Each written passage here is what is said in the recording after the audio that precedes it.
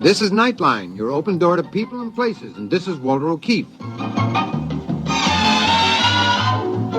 Nightline invites you to listen in on NBC's award-winning science fiction series X-1.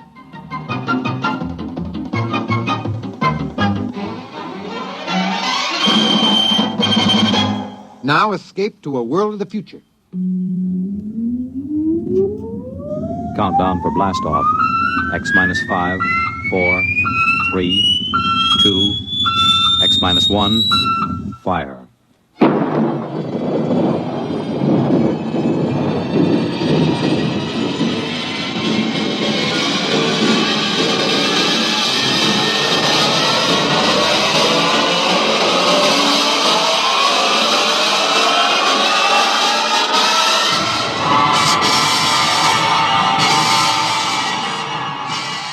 From the far horizons of the unknown come tales of new dimensions in time and space. These are stories of the future, adventures in which you'll live in a million, could be years on 1,000 maybe worlds. The National Broadcasting Company, in cooperation with Galaxy Science Fiction Magazine, presents X minus 1.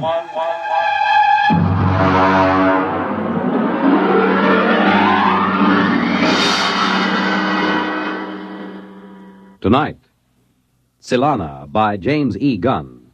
But first, hear this.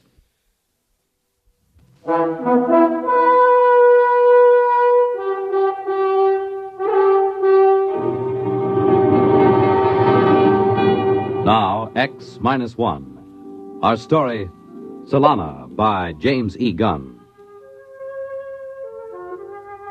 My name is Norman Blake, statistician, first class. At 2:30 p.m. on Monday, October 21st, in the year 2055, I became a deviant. I left my job an hour early. To deviate from the norm was unheard of in a perfectly adjusted society such as ours. Thanks to the great psychologist Kinder, we had a society where everybody's job suited his talents and needs, where children were raised scientifically, and where everyone lived happily on an even keel instead of swinging back and forth from gloom to ecstasy. Then I noticed it, the single flaw in the perfect system.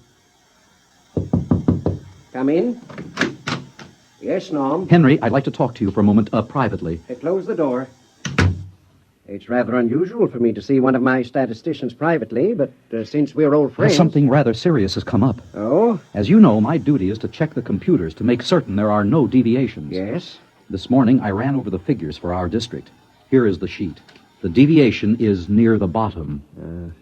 1,037 gallons of water purified, 1,037 gallons consumed, 9,328 births, 9,328 deaths. I see nothing wrong so far. Read the next item. One candy bar taken from baby. Well? But don't you see? A baby can't consent. Therefore, it must have been taken without consent. Henry, that is theft. We haven't had a case of theft in this society for almost 29 years. I see. It's got me so upset I can't think of anything else. You're a little edgy, aren't you? Well, wouldn't you be if you knew there was an antisocial being walking the streets of your own city? I don't think I'd quite go to pieces like that. Maybe, well, this is just a suggestion. Maybe you ought to see an analyst. Perhaps it would help you deal with this problem. I've been analyzed. How long ago? 8 years. Well, unless you're prepared to handle this problem, I'd advise you to get some help. Meanwhile, take the rest of the afternoon off. Off? Deviate from the schedule? As director, and as an old friend of yours, I order it. I consider you to be in extreme upset. That's your order? That's my order.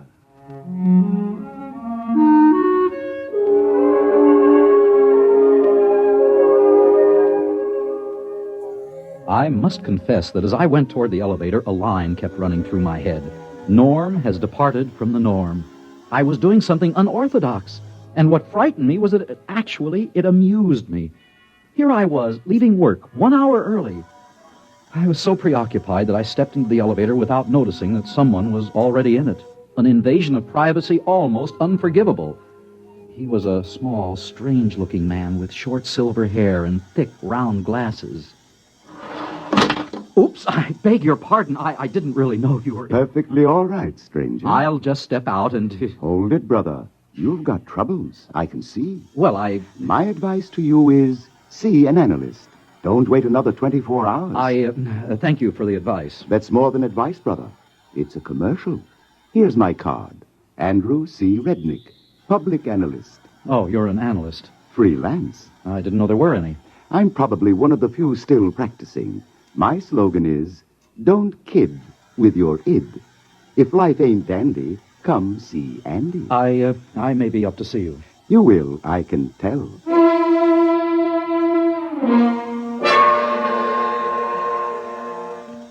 I put on my public face, the mask we wear on the street, and rode home in the proper manner, my arms and hands folded. When I got home, my wife Nada was in her room. I signaled on the intercom in case she was, entertaining. She wasn't. She never did. Sometimes I wondered if Nada was quite normal and well-adjusted. Hello, darling. Is something wrong? Why are you home so early? I just uncovered a crime wave. A what? A crime wave. A theft. Candy. From a baby. Well, is that serious? It threatens the entire structure of our society. We have a delicately balanced mechanism here. We're not ready for crime. We don't even know how to catch a criminal. Isn't there an old saying, it takes a thief to catch a thief? It takes a...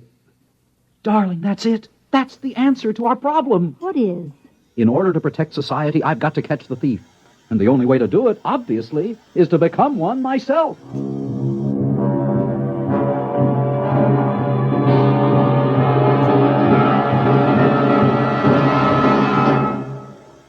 You're listening to Tsylana, tonight's attraction on X-1.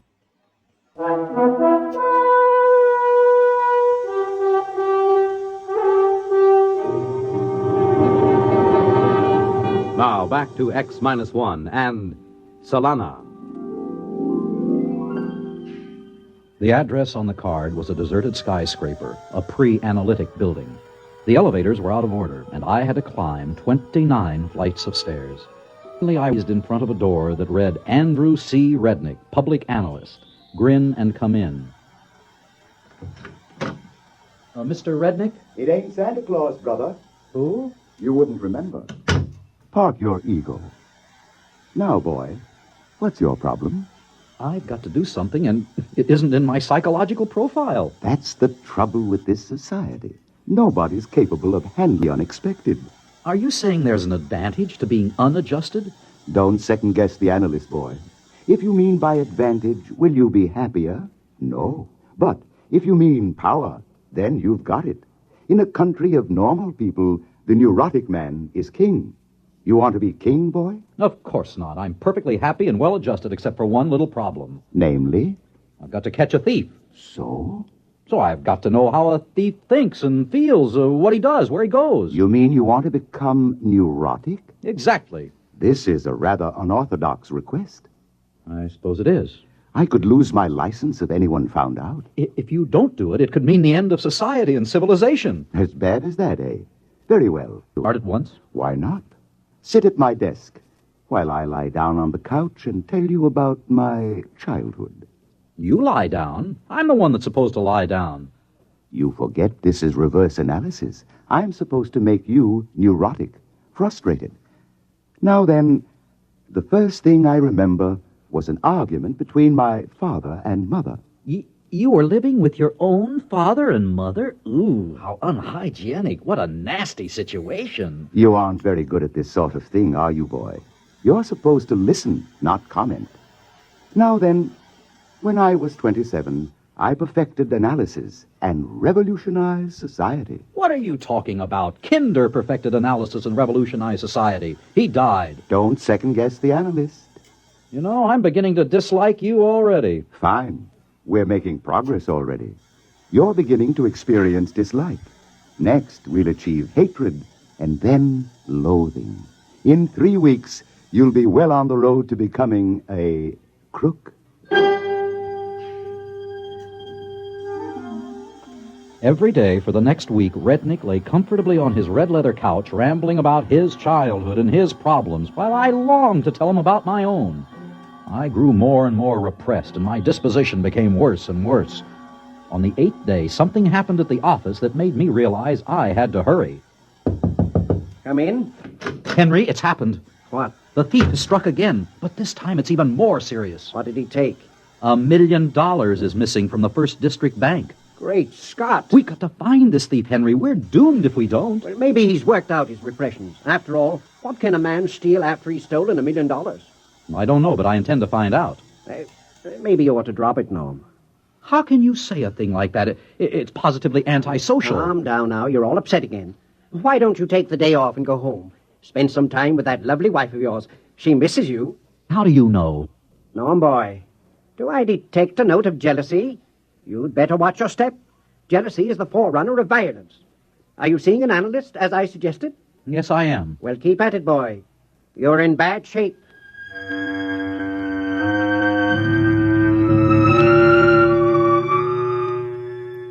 I kept at it. By the time the annual status examinations were due, I was a complete wreck. I hated Andrew Rednick with a passion. I was ambitious and jealous. I had even sunk to that basest of all passions. I had fallen in love with my own wife. And still I had not been able to ferret out the thief. He had not struck again.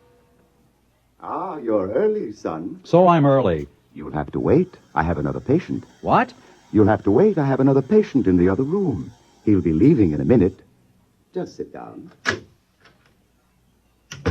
Another patient. I could have killed him. Never occurred to me that Andrew C. Rednick would have another patient. After a few moments, a man emerged from the inner office. He was wearing a silver mask or public face, and naturally I couldn't see his features. As I had my own mask on, he didn't see my features either, but I sensed a certain hostility as he brushed by me. Come in, son. Who is he? Take it easy.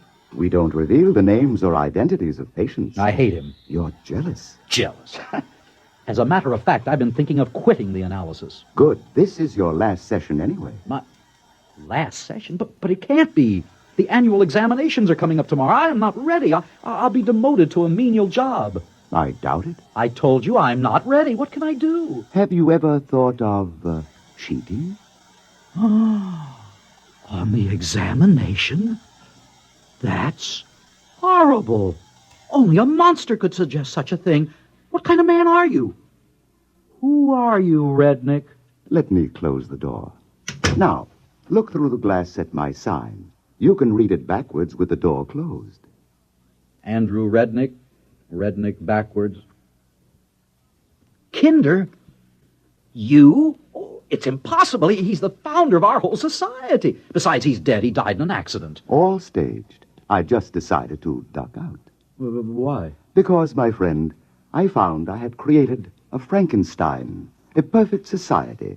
It was like paradise, a Garden of Eden.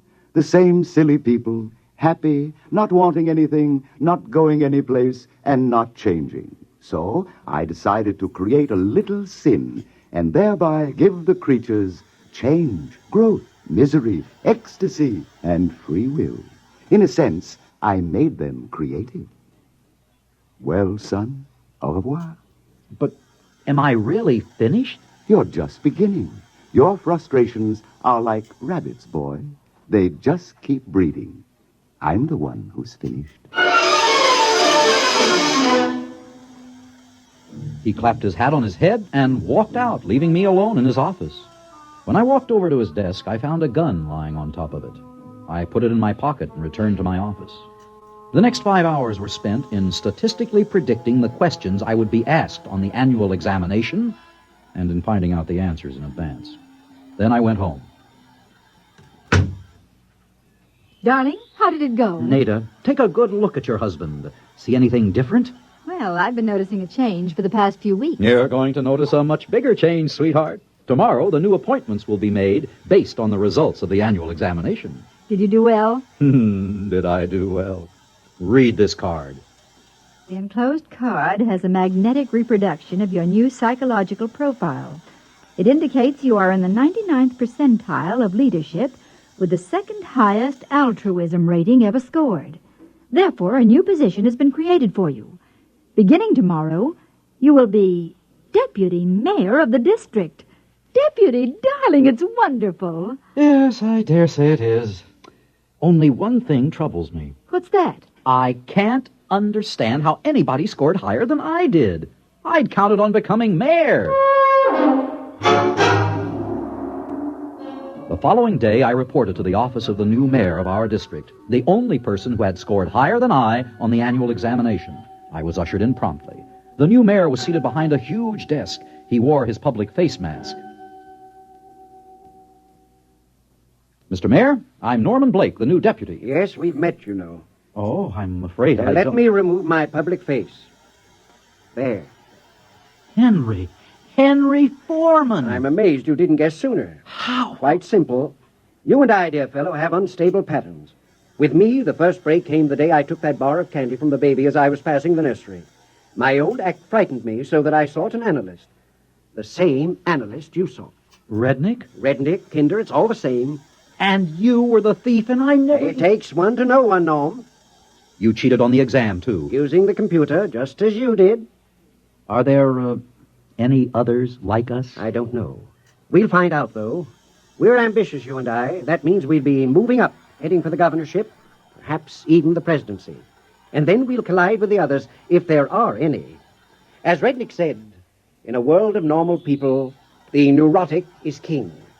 The only trouble with that is there can only be one king. That's right. And only one mayor. The look he gave me then sent chills up and down my spine. In spite of my high position, I haven't had a moment's peace or relaxation since. Neither, I suspect, has Henry Foreman. There were imbalances in our world which had to lead to the destruction of one or all of us, and we knew it. There was one saying that Rednick Kinder had forgotten to tack up on his wall. Uneasy lies the head that wears the crown.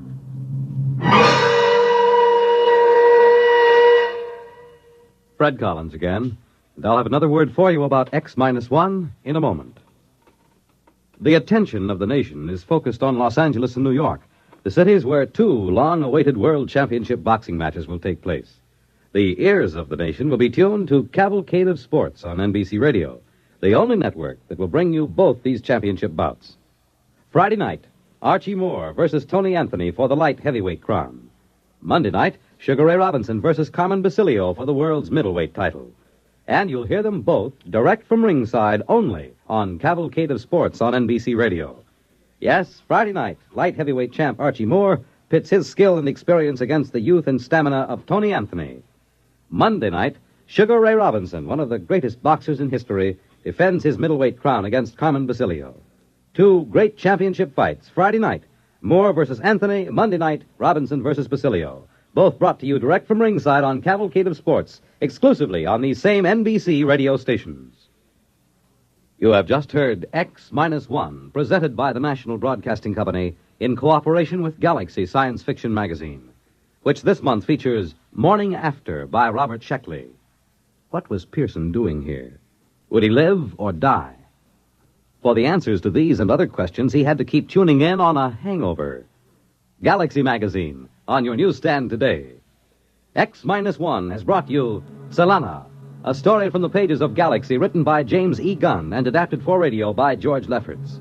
Featured in our cast were Walter Black as Norman Blake, David Ross as Andrew C. Rednick, Adele Ronson as Nada, and Guy Rep as Foreman. This is Fred Collins speaking. X-1 was directed by George Voutsas and is an NBC Radio Network production.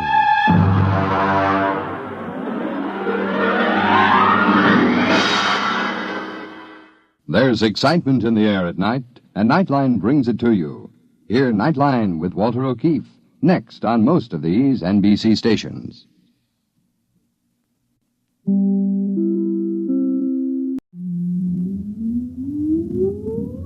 Countdown for blastoff. X-5, 4, 3, 2, X-1, fire.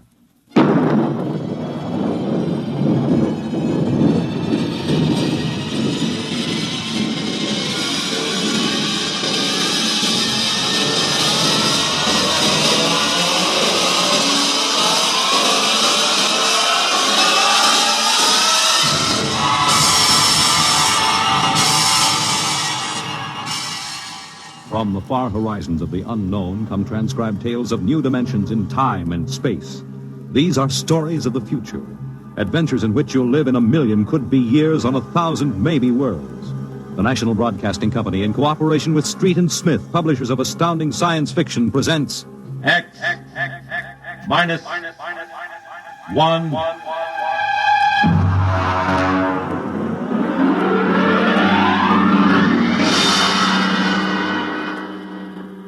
Tonight's story, The Vital Factor by Nelson Bond.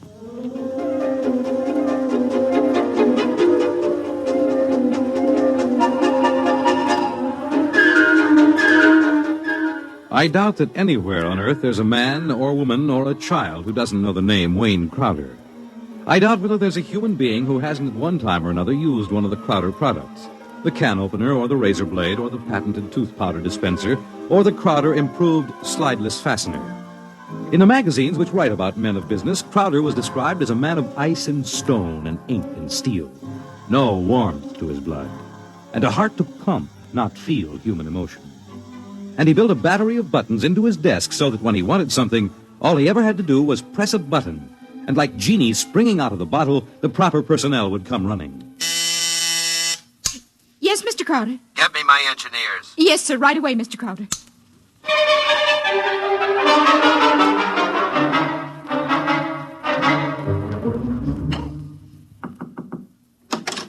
Here are your engineers, sir. All right, close the door and get out. Now, gentlemen, sit down. Gentlemen, I want you to build me a spaceship. A spaceship, sir? That's right. I've decided that I am going to be the man who gives space flight to mankind. Any questions? Sir, we can design such a ship. That part isn't too hard. Yes? But we've no way of providing the motor to power such a ship. When the ship's ready to fly, there'll be a motor. Sir, I don't like to contradict you, but you can't go ahead of the total technology of a historical period. It's like asking somebody in 1600 to build the internal combustion engine. You see, scientists have been searching for a motive power for spaceships for decades now without success. You'll have a ship, but we can't lift that ship from the Earth's surface. That is, not to the point of free flight at any rate. Mr. Crowder, you see you'll be spending millions of dollars, hundreds of millions perhaps, for nothing. What's your name? Phillips, sir. You're fired. Go down to the cashier and draw your pay and get out. What, sir? Get out. Nobody who works for me thinks of how much something costs. But we use money. We don't let expense provide a rationalization for not beginning a project. All right, Phillips. I give you permission to leave. Right now.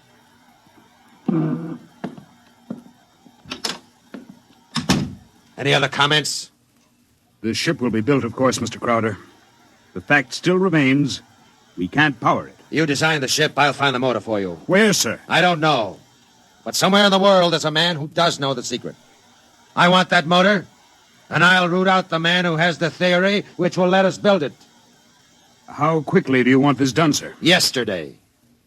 Yes, sir. Is there anything you need? We'll need a construction yard, sir, and certain machinery, and a great many materials, of course. Labor force. Get them. Send me the bills. I don't want to be bothered with minor details. Yes, sir. And, one more thing, sir. Phillips. Yes?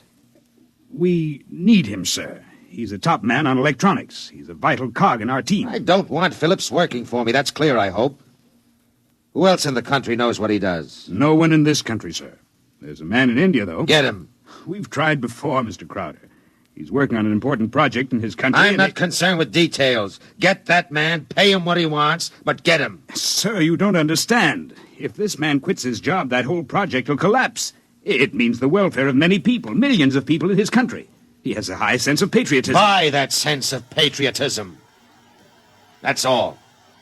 I don't want to see any of you again until you have a report of work in progress. Yes, sir.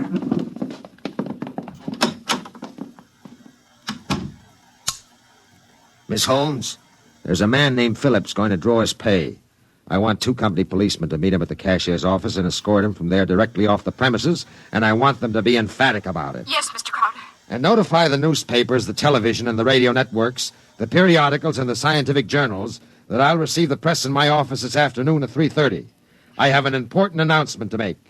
Anyone not here at 3:30 will be barred, and the publication or company he represents will not be given any further information.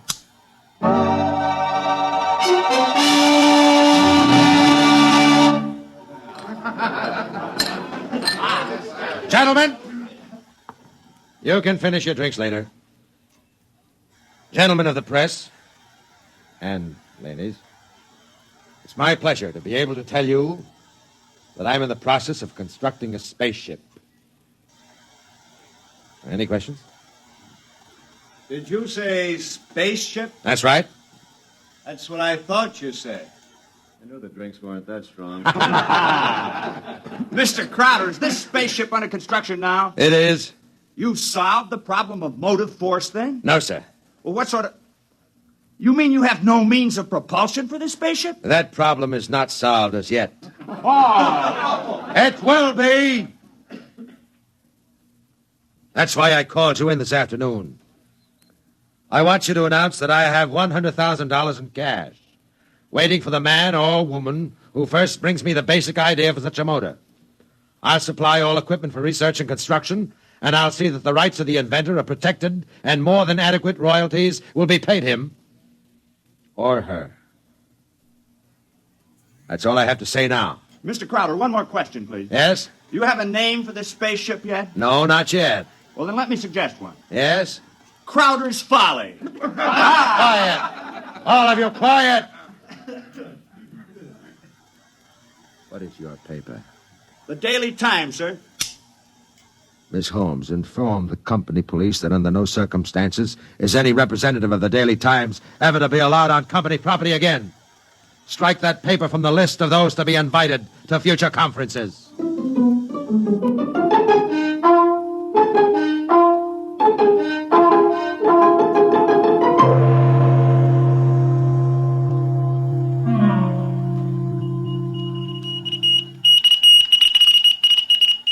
It was Crowder's Folly, but the word of what he wanted circulated to the far corners of the globe. It was known in the white ice block huts of the Eskimos and in the grass-thatched villages of Central Africa, as well as places less remote. And the Crowder office became the Mecca and the heaven for the lunatic fringe of humanity. Their blueprints and scale models clogged its corridors. I told you I don't want these people in my office till they're screened. Now get out, get out! Every time I open that door, they surge in like a tidal wave. I have a progress report for you, sir. The ship is finished as far as we can go, Mr. Crowder. Certain additional construction can't be done now because it depends on the shape and mass of the engine, on the type of fuel, on the weight of that fuel. I see, all right. Lay off everybody we don't need. I've ordered that. Mr. Crowder, is it possible that no one will turn up with a motor? That's the one thing that's not possible. He will come. Money and determination will buy anything. Close the door on your way out. Yes, sir. Miss Holmes, order the proper department to put a name on the forward end of the ship.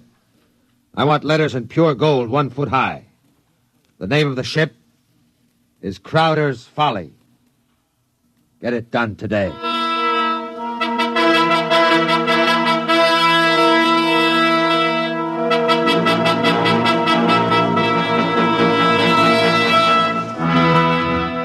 The sun came up in the morning, and the sun set at night, glinting rose on the silver sheen of the hollow ship's skin as it lay in the yard. The golden letters on the prow spelled out the fury of Crowder for the world to see. A staff of 50 were employed as time went on in taking rust preventative measures to ensure the ship's well-being. The staff of 50 worked in 3 shifts around the clock, armed with oil cans and grease cans and other containers and sprayers of preservatives. In a year, the first experiment seemed ready to bear fruit, and a test was held. The atomic fission motor.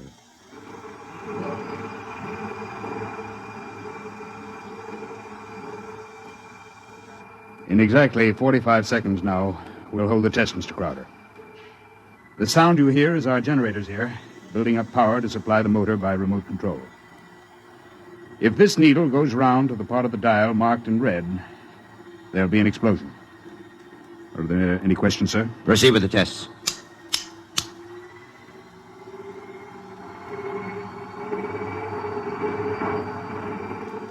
Watch the needle, sir. 8,000, 8,500, 9,000, 10, 11, 12, 15. That's an overload now, sir. 18, 20. Don't know how much more it can... What happened? Your generator blew out. What kind of incompetency? I beg your pardon, sir. The motor blew up. What are you talking about? I would have heard...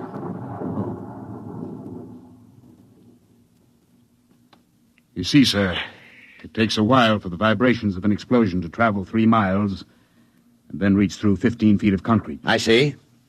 Well, there are other experiments in progress. Let me know when they're ready for testing. Yes, sir. Mr. Crowder, the inventor of that motor had to be right with it, of course, during the tests. He had a family. The fool knew what he was doing. He understood the danger. He was paid enough to be able to afford insurance. The cost of insurance on such a project was prohibitive, sir. Well, if his wife was thrifty, she saved out of what he earned this last year. His salary was relatively small, sir.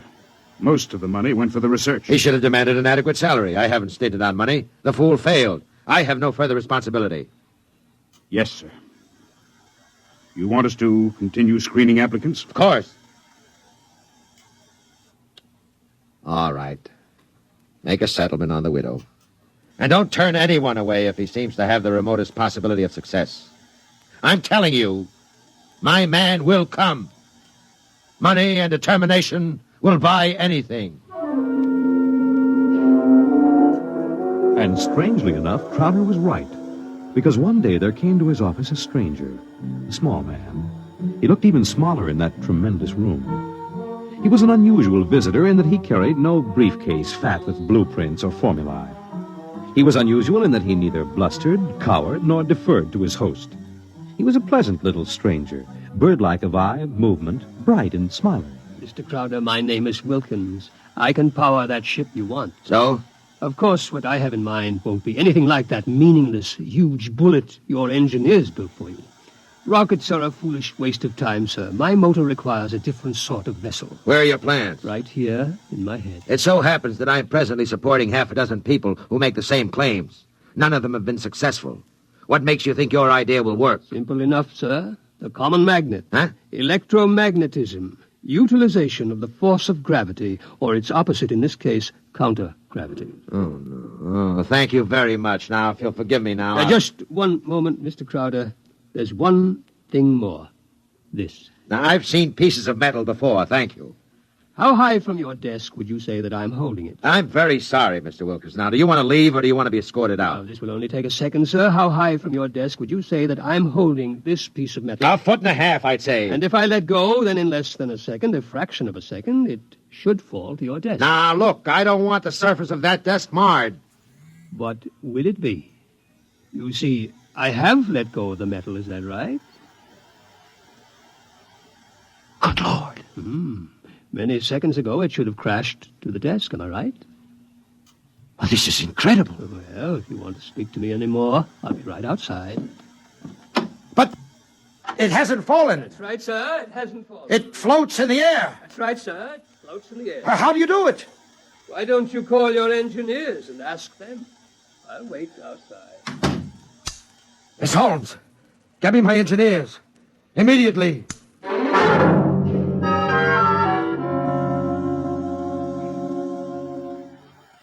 All right, Mr. Wilkins, you're quite right. The piece of metal is apparently counter-gravity, and my engineers can give me no explanation. Thank you, sir. Now, what do you want? For my services? Yes. You've already set the price. To build a pilot model based on this sample, no great expenditure, 100th of the cost of your behemoth sitting out there in your building yard. 3 other things: a workshop, expert mechanical assistance, and an answer to one question. What is your question?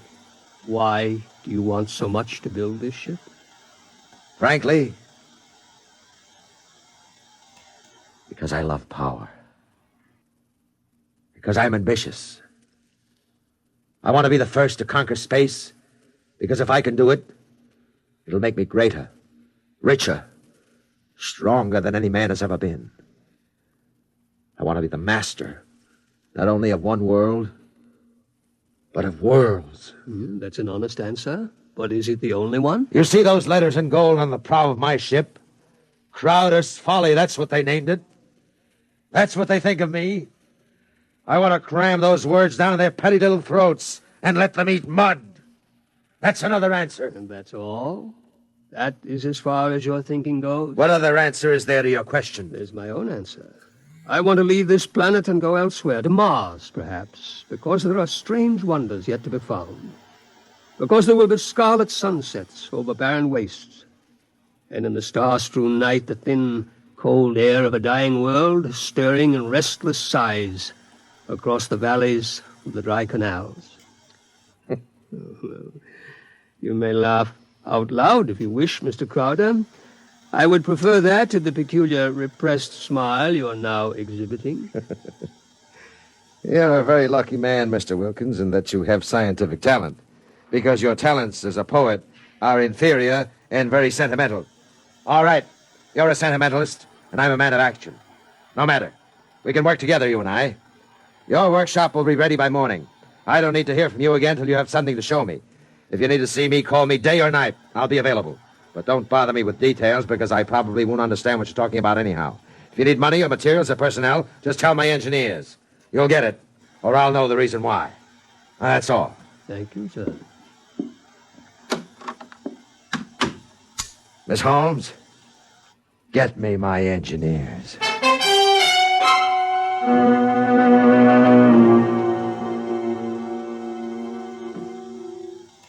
Yes, Mr. Crowder? We have 50 men working on preserving that useless hulk out there in the construction yards.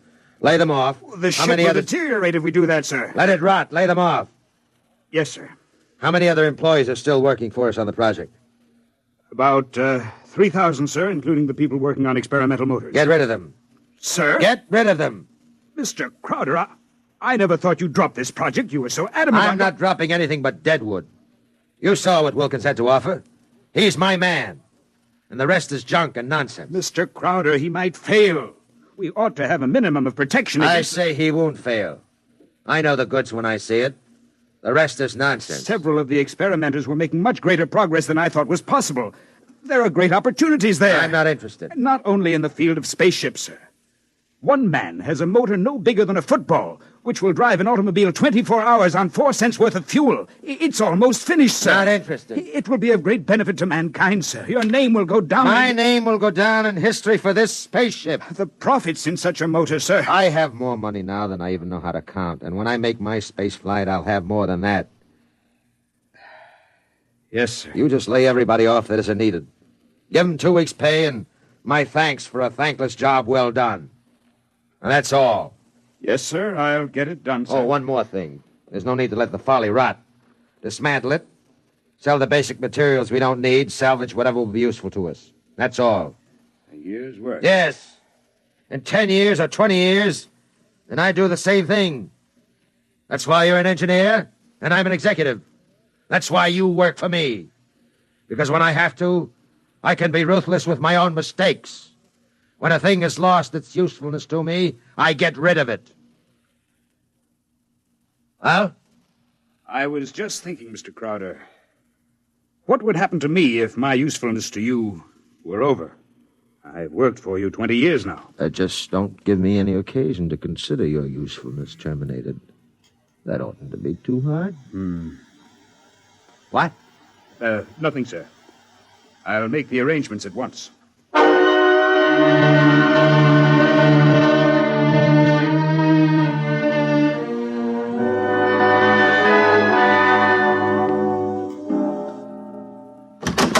Who are you? What do you want? I tried to stop him, sir. Well, speak up, man. My name is Jarvis Ustuli. I'm an electronics expert. Oh, yes, I remember. You're the Indian. Come in, come in. Do you want me, sir? I can never... Never mind, Miss Holmes. Just stay outside. Close the door behind you. Sit down, Miss Ustuli. Thank you, no.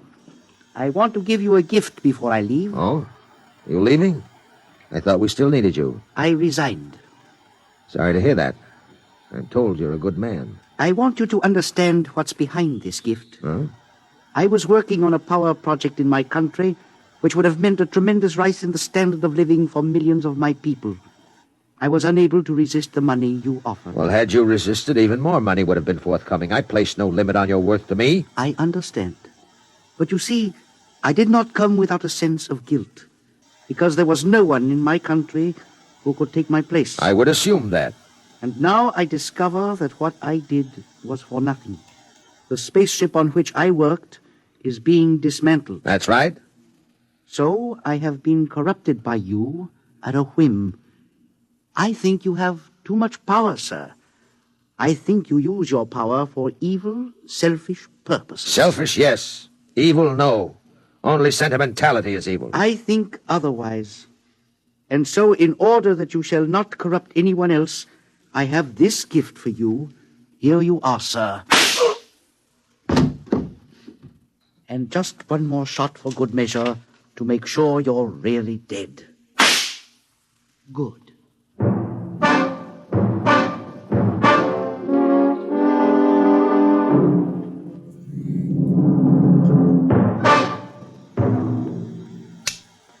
Miss Holmes, there's a man on his way out by the name of Jarvis. He's used to be an engineer.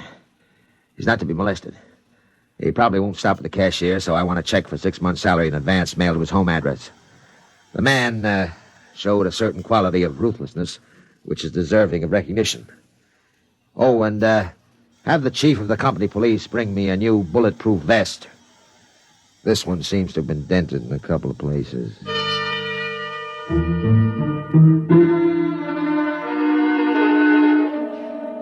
The new spaceship, according to Wilkins' plans, as executed by Crowder's engineers, was finished within 4 months. It was small, it was shaped like a disc. It gleamed brightly even in the smoky haze of an October sunset. Inside, Crowder and Mr. Wilkins, in a small cubicle at the heart of the machine, sat surrounded by many instruments of a complicated nature. Outside, huge crowds gathered to witness the test. They stirred and murmured, waiting restlessly, as inside the control room of the craft, Wilkins installed the final secret part he had not revealed to those who built his driving apparatus.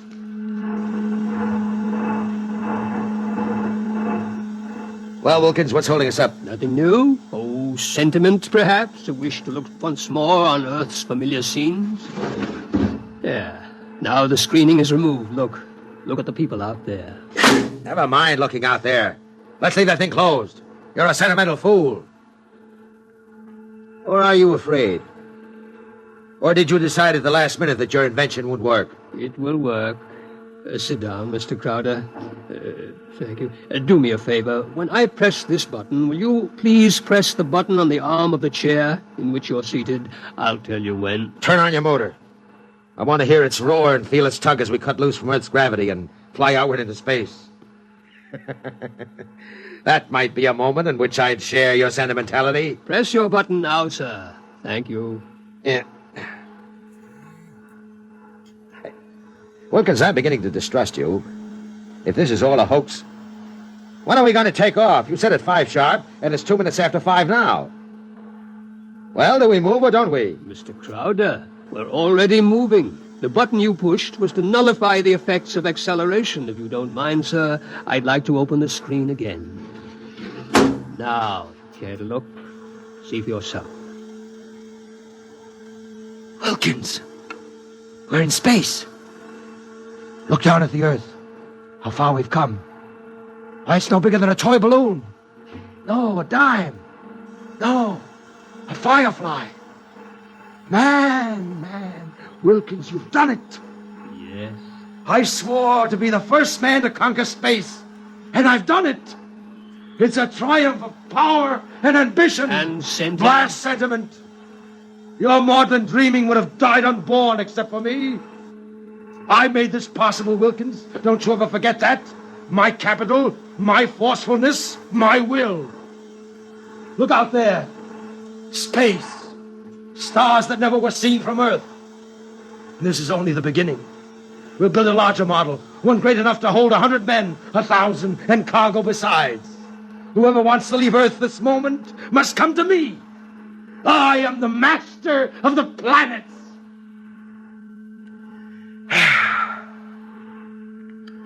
All right, Wilkins. Turn back now. No. Huh? I said turn back. No. Well, we've proved the ship can fly now. Now turn back. I want to start work at once in preparation for the long flights to come. Not so. We will go on. What are you doing? Defying me? I'll break your puny little body into pieces. Can you control this ship, Mr. Crowder? Would you like to be stranded out here in space, just adrift in space without control? Would you like that? Turn back. No. What's the matter with you? Are you out of your mind? Oh, I am a sentimentalist, Mr. Crowder. Your money and ambition paved the way, that's true, but sentiment was the vital factor that sent me to you. Sentiment, sir. You see, Mr. Crowder, I wanted to go home. Home? Home? You are out of your mind. You will forgive me if I remove these primitive clothes? Who are you? Oh, it's all right, Mr. Crowder. I hold no special malice toward you. There's no need to be so terrified because you've had your first close look at a Martian.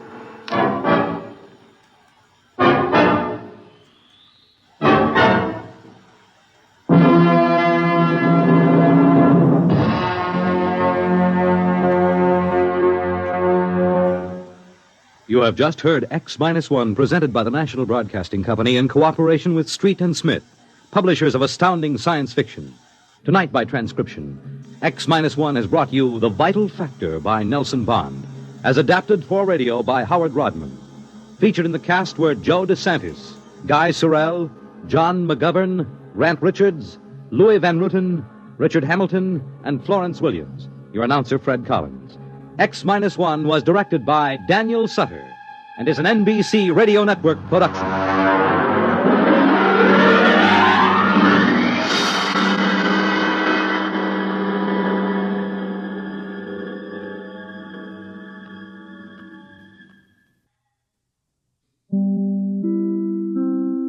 Now stay tuned for X-1 on NBC.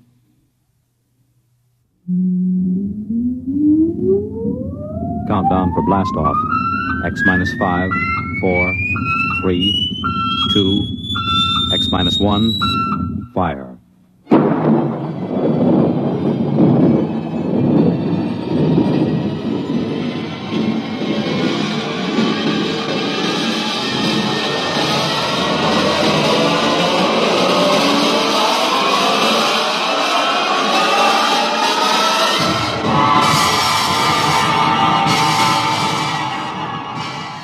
From the far horizons of the unknown come transcribed tales of new dimensions in time and space. These are stories of the future, adventures in which you'll live in 1,000,000 could-be years on 1,000 maybe worlds. The National Broadcasting Company, in cooperation with Galaxy Science Fiction Magazine, presents X minus 1.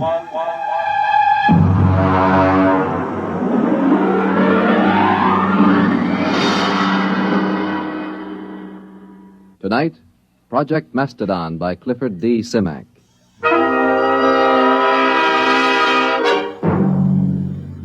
Mr. Secretary, may I present Mr. Hudson of, Macedonia. Macedonia.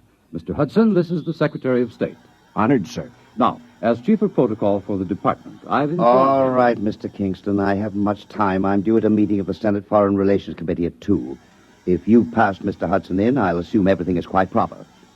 Now then, Mr. Hudson, I understand you've been here several times seeking recognition for your, country. Well, that's right. I had a hard time making your staff believe I was in earnest. And are you, Mr. Hudson? Oh, very much so. You are an American, Mr. Hudson. I assume you are acting as a representative for Macedonia rather than as a principal in the matter. Oh, no. I claim dual citizenship, sir. I am a Macedonian. You pardon me, but I've never heard of your country. Well, it's a new nation, but quite legitimate. We have a constitution, a democratic form of government, duly elected officials, and a code of laws.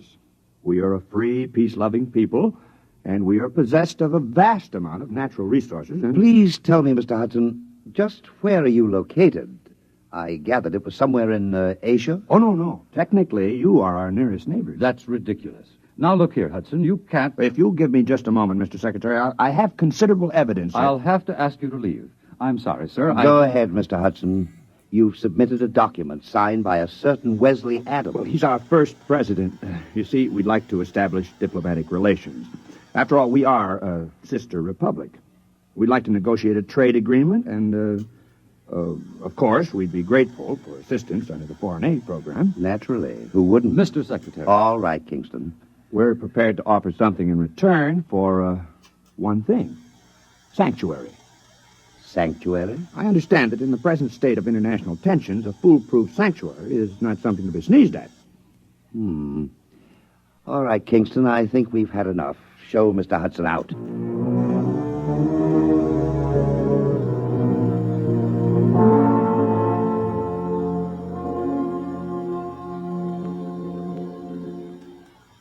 All right, let's have the story again. Look, mister, I don't want any trouble. Just tell the story again. You want to cooperate with the FBI, don't you? Sure I do. Sure, but I just don't want any trouble. All right, start over. You found the briefcase in the booth. Yeah, that's right. I brought my beer over from the bar, you know? And this fella just went out a minute before, so I figured he must have left it. I run after him. You didn't see him, though? No. So I just kind of looked in the briefcase. You know, I mean to identify it. That's all. I don't steal. And then you came to us. Yeah, that's right. I mean, after all, when I saw that stuff, well, I just figured I was way over my head, you know? All right. Don't say anything about this, do you understand? We'd rather you just forgot the whole thing. Oh, sure. Listen, some things I don't want to remember. You know?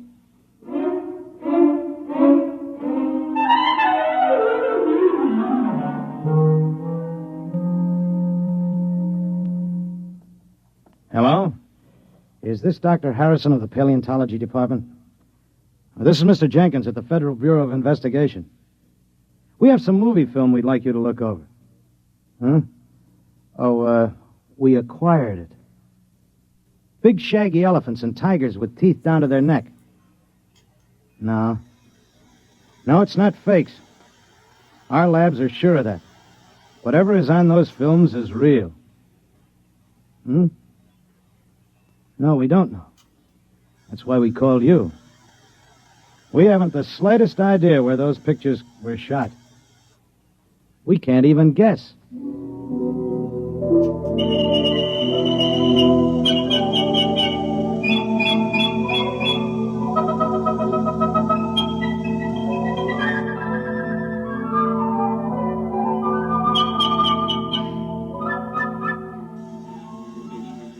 Ow! What's the matter, Coop? One of those flying hypodermics. This is a fine, healthy spot. Mosquitoes as big as hummingbirds. Oh, careful, son. You're knocking the climate of the capital city of Macedonia. Yeah, some capital city. One palm tree and a Boy Scout pup tent. Wes, this is the wildest thing we ever did. What if Chuck can't get back? Chuck Hudson is a man of many parts. Have faith. Supposing they're putting him in jail, or something might happen to the time unit or the helicopter. We should have gone along. Do you think they'll do it, Coop? Who, what? The United States. Do you think they'll recognize us? Not if they know that Macedonia is the United States 50,000 years ago. Well, we have to get legal recognition first, otherwise it wouldn't be safe.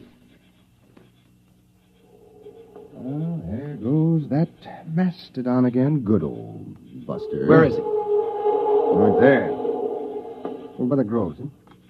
Ah, he's lonely. What? He probably is. He must have been run out of the herd by some younger bull. That's why he hangs around like some homeless dog. One thing worries me, Wes. I know you dreamed up the time unit, and we all chipped in for the helicopter, but can you just claim territory on your own like we did? Why not? We found it, it's ours. Hey, Buster's coming this way. Give me the right. No, wait. Maybe he's only bluffing. If that Mastodon comes through here, he'll stomp everything flat. I'll give him 3 steps more. Oh, it'd be such a shame to plaster him. He's a nice old monster. One more step and he gets it. Hey, that's Chuck. He's back. I wish he could fly that helicopter better. He might wreck it. Well, anyway, he scared Buster off.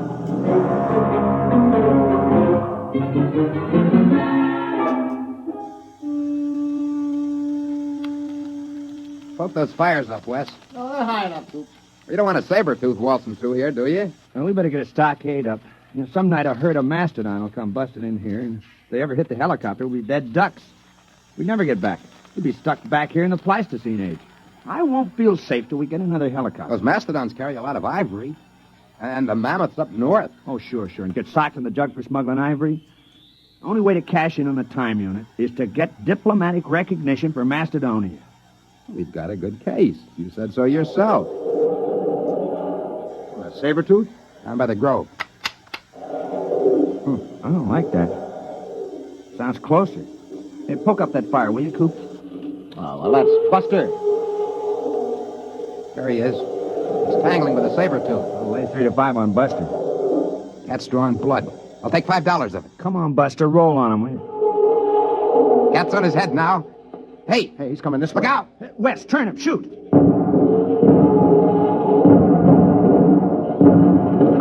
Hey, got him!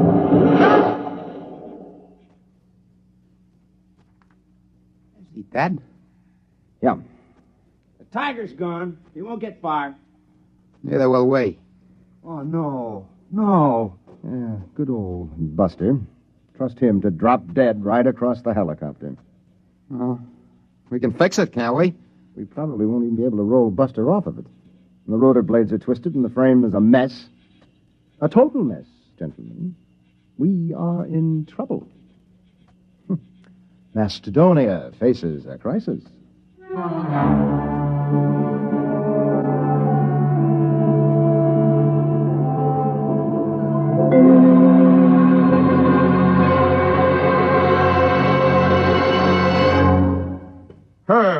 Herb, you're the key man in the administration. You swing a big stick on the hill. You can't give up on Project Mastadon now. Les, it's been 10 years. If they were coming back, they'd be here by now. Look, I've been working on this ever since we got those films. I traced their lives from the time they were born till the time they disappeared.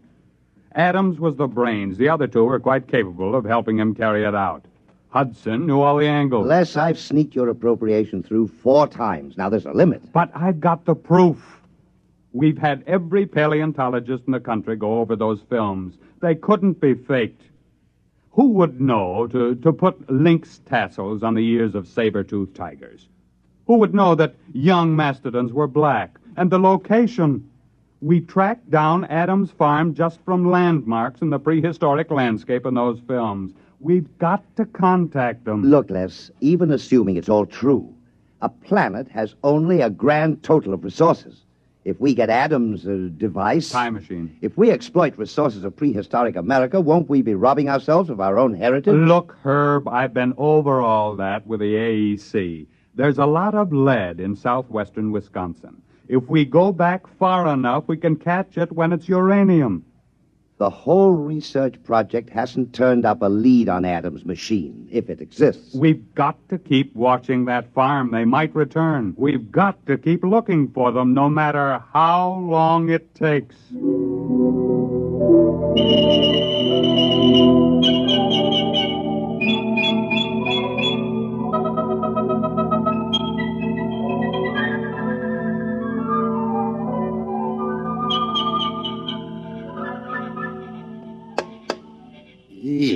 Listen, Wes, we can't stay around here much longer. Old Buster's getting a little too strong. Yeah, well, I'll have the time unit clear the helicopter in a few minutes. Then we'll just have to move camp upwind. Look at him.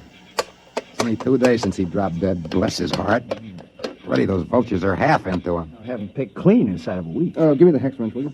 Wes, is it all right? The time unit? Well, we won't know until we try it, Coot. And then, of course, it's too late. Well, either does or doesn't.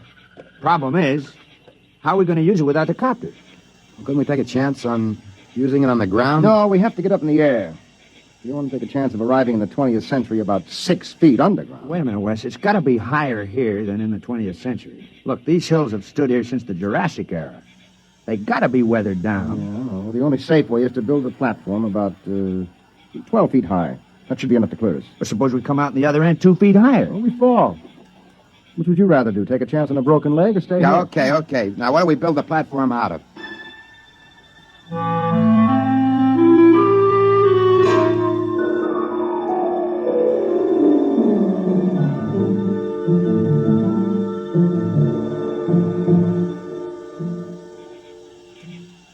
There you are, Wes. All right, I got it. Chuck, comes the next stone. Now, wait a minute. Hey, look out. You want the whole pile to come down? I'm sorry. Okay, Wes, hand it up. Yep. Give me. That's about 12 feet, isn't it? Well, it ought to be. It took us 10 days to pile it up.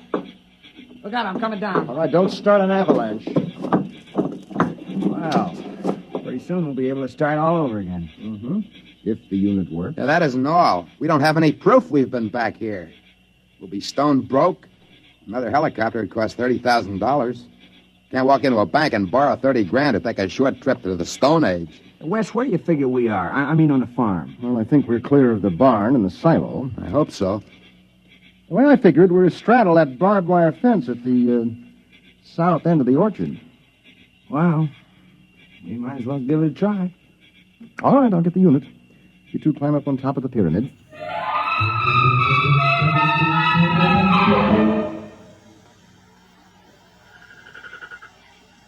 You ready? Think it'll work, Wes? I don't know, Coop. Got pretty well banged up when Buster hit the copter. I haven't got the equipment to check the waveforms. All right, stand around close, bend your knees a little. Might be quite rough. Go ahead. Push the button. Okay. 1, 2, 3. Nothing. Doesn't work.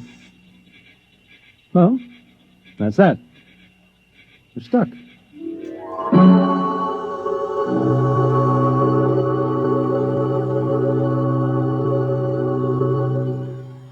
I'm sorry, Les. There's nothing you can do, Herb. You've been out of government for 5 years. If there's anything I can do, the board of directors instructed me to offer you... No, thank you. What are you going to do? I mean, now that you're retired. I bought a farm. Oh? In Wisconsin. You haven't given up, have you? I'm the only one. They closed ProjectMastadon down 3 years ago, and they've been hinting ever since that I'd be happier retired. Old Bowers, he's the crackpot from ProjectMastadon. I'm sorry, Les, but it has been 20 years. Yes, it has. But think of it. From a military point of view, hidden bases in enemy territory itself, centuries removed in time, yet only seconds away. If we had bases like that and shelters... Relax, Les. It's all over. Sure. It's all over.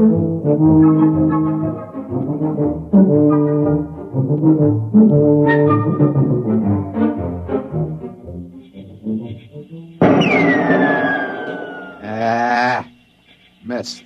You should be more careful. We've only been stuck a month now. Someday we'll run out of ammo, and then it's bows and arrows. It's cold. There'll be snow soon. Coop, I'm worried about Wes. He takes it pretty hard. As long as he's tinkering on that time unit, he's happy. Oh, he isn't going to repair the unit. He hasn't got a chance. Back in the workshop with the tools, maybe. Well, anyway, the hunting's great. Well, maybe we better start saving bullets for big game. We won't be lords of creation around here long without our guns. Yeah, and if one of us gets sick or breaks a leg, well, nobody lives forever. Wes is the lucky one. He's got that time unit to tinker with. Come on. We better get back to camp.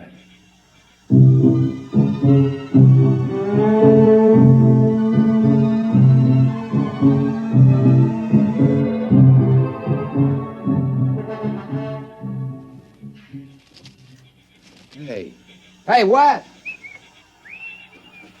Come on. Wes!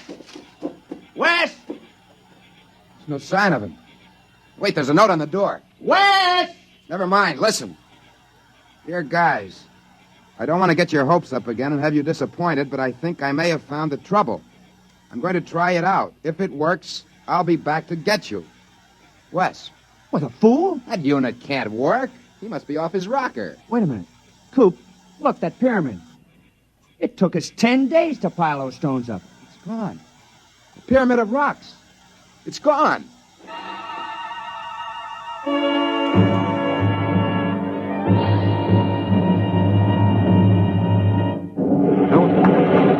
Oh, what the...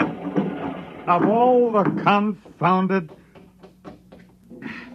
Oh, what's going on out there? Rocks? Who dumped those rocks? My car, who's out there? It's all right. Don't you move, mister. I got a 45 pointed at you. Well, I can explain. Well, you better. There was a brand new car where you dumped that load of rocks. Who the devil are you? My name is Wesley Adams. Adams? Man, where have you been all these years? Well, I don't suppose you'll believe me, but the fact is... I've been waiting for you for 25 years. The others all gave up. I'm sorry about your car. Oh, never mind. I'll be right down. Now, don't touch a thing. Don't go anywhere.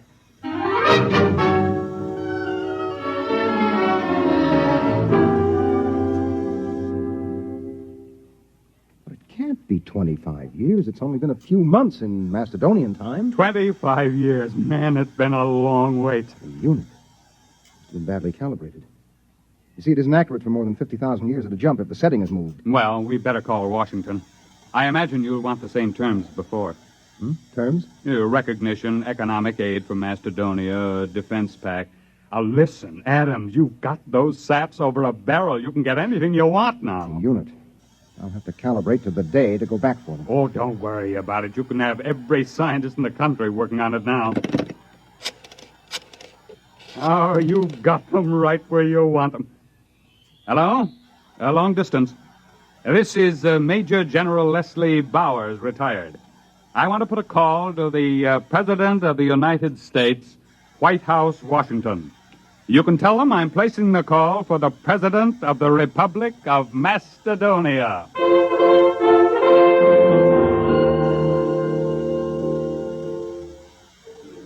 Come on, Og, son of fire. Put another log on. It's cold. It's good cold storage for the furs. Boy, when Wes gets back, we'll be millionaires. Furs, ginseng root, ivory. If he gets back. It's been 5 years. He'll come back. I feel it in my bones. Well, he better find it before we get too old to enjoy anything. Unfortunately, there's no Social Security in Macedonia. Don't you worry. Wes is working on it right now. I can feel it.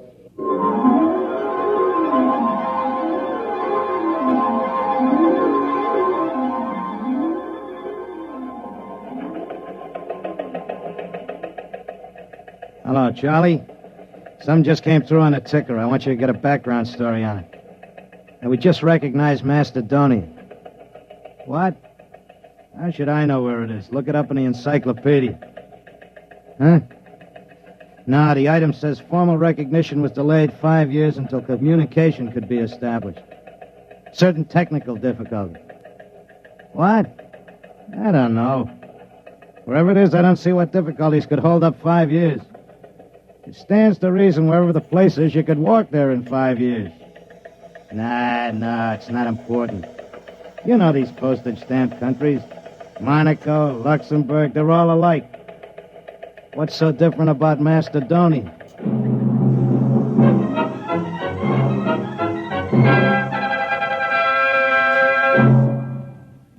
You have just heard X-1, presented by the National Broadcasting Company in cooperation with Galaxy Science Fiction magazine, which this month features the Theodore Sturgeon novelette, The Skills of Xanadu. When a malignant world endangers another, surgery is the usual answer. But perhaps there's another solution, to kill it with kindness. Galaxy magazine on your newsstand today. Tonight, by transcription, X-1 has brought you ProjectMastadon, a story from the pages of Galaxy written by Clifford D. Simak and adapted for radio by Ernest Kenoy. Featured in the cast were Floyd Mack, Dick Hamilton, Charles Penman, Raymond Edward Johnson, Frank Maxwell, Robert Hastings, John Larkin, and Joseph Julian. Your announcer is Jerry Damon. X-1 was directed by Daniel Sutter and is an NBC Radio Network production.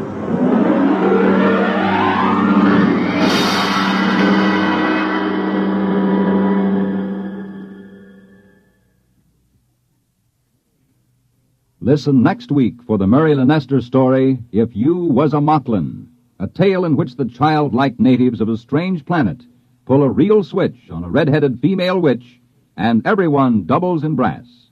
That's next week on X-1.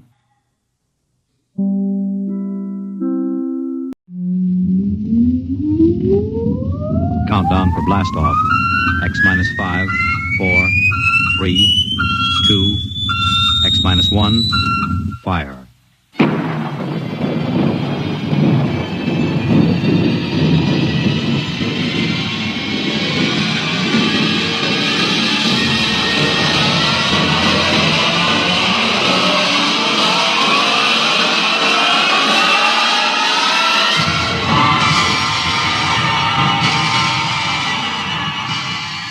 From the far horizons of the unknown come transcribed tales of new dimensions in time and space.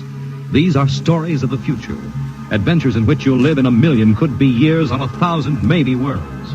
The National Broadcasting Company, in cooperation with Street and Smith, publishers of astounding science fiction, presents X minus 1.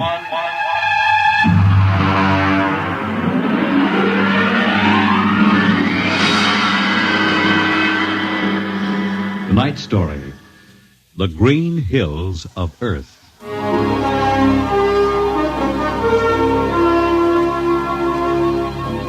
The men who pioneer the trade routes of the world, the sailors of the clipper ships, the whaling men, railroaders, black gangs on the tramp steamers, all have their own stories and song about dangers and struggles of their lives.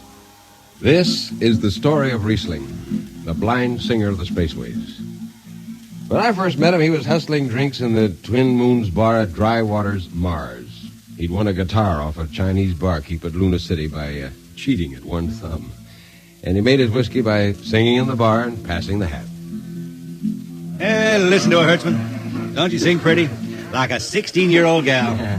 Hey, Riesling, look over there at the bar. There's an Institute Four Striper giving you the eye. Do you know him? Manner of speaking.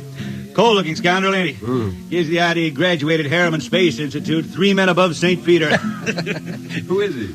Captain Hicks off the Ghost Show. Yeah, well, he sure gives you the once-over. Maybe he's got a job. That don't make never no mind to me. I've been blacklisted. Hicks logged me for making up a song on watch. Right fight song, too. Oh, the skipper is a father to his crew. Yeah, well, hold on. Here comes old Brasson. Oh, Riesling, I've been looking for you. You've kept your nose clean, and we're going to give you another chance to get back to deep space. Been a little changing down after the Goshawk, ain't you, Skipper? How'd you know that? You got that new atomic pile drive. If there's been a leak at the shops, now take it easy, Skip. You'll have that gold braid just crawling right up your arm. Quit stalling, Riesling. Take it or leave it. It's a loop trip to Jupiter with a standard release. I reckon. Double pay when you get back, if you get back. Last 3 of them atomic tea kettles blew somewhere in the asteroids. If you're scared. Scared? Well, that Goshawk is one stinking old tub. Her engine's got more bugs than a beagle dog in spring. And that new drive's about as safe as a pretty gal in the Ozarks. But I reckon she'll do for one more trip.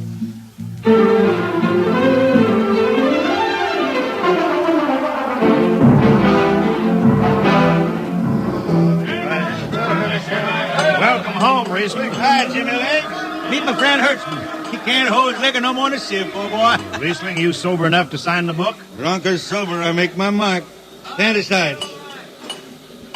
3 X's? Took me a middle name. Ha, ha, ha. You 2 lay below. And Hertzman, yeah? Get him sobered up before the skipper makes rounds.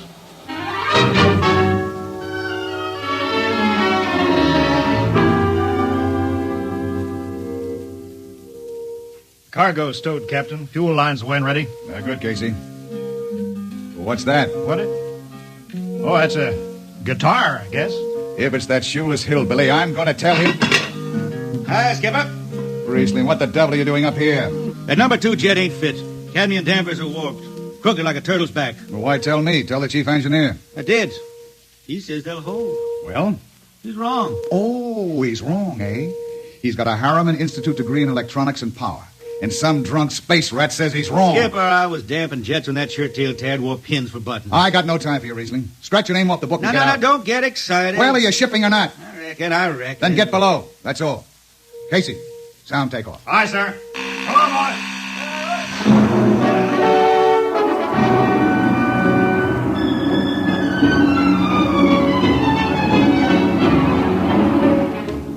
On a Hawk-class clunker in those days, damping was done by hand with a multiplying vernier and a danger peeper. Jetmen slept with one ear tuned to that, and as long as the peeper ticked off slow and steady, we knew the ship was safe. For a while. Riesling, you better stow that guitar. If Jimmy Legs catches you, you'll blow a gasket. Don't worry, I could damp this tea kettle in my sleep. And how's number 2? All right, so far. Say, did you ever hear that song about Hicks? The one that got me blacklisted? No. Oh, the skipper is the father of his crew, a gentle guide and light to me and you. But on Mars he likes his women if they walk or if they're swimming, or if they got 6 arms instead of 2. Second verse is better. Yeah. The skipper likes his liquor by the quart. Yeah, he'd go from Mars to Venus for a snort. He'll drink rocket fuel and... Well, hi, Skipper. Didn't see you come in. You were too busy, eh? Who's watching the gauge? I got an eye on it. Don't you fret none. Riesling, I'm going to fix it so you couldn't get a space berth on a rocket-powered pogo stick. You're logged. Report to Casey under arrest. I don't rightly think I will, Skipper. You what?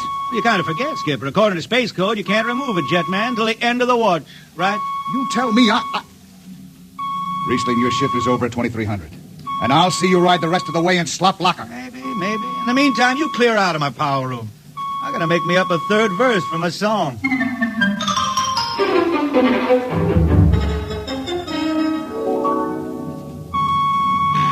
Yeah, I got it. Power room. Damp number 2, appoint. Number 2, I... Hold on, Hertzman. Jimmy Legs, is that force-drive boil up there? Give me that, Casey. Riesling, I've taken about enough of you. And I got a little news for you, Skipper. Number 2 jet is bulging like a fat lady in a satin skirt. Listen, you clown. Damp number 2, appoint. Sure. Look out, Hertzman, I'll take it. You watch the gauge. Now. He's riding easy here. Yeah, she's bucking a little. What? Riesling, hit the emergency! All right. She won't damn. It's that warp. Yeah. There go the lights. Duck her. Duck. Riesling.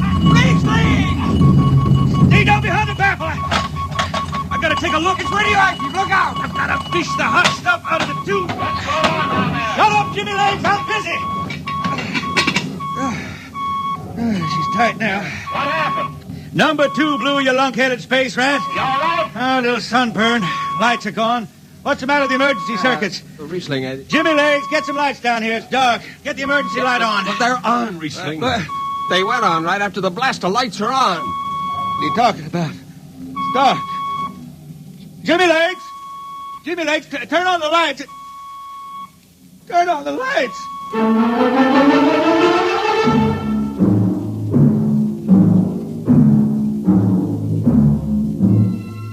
That blue, radioactive glow from the jets was the last thing Riesling ever saw.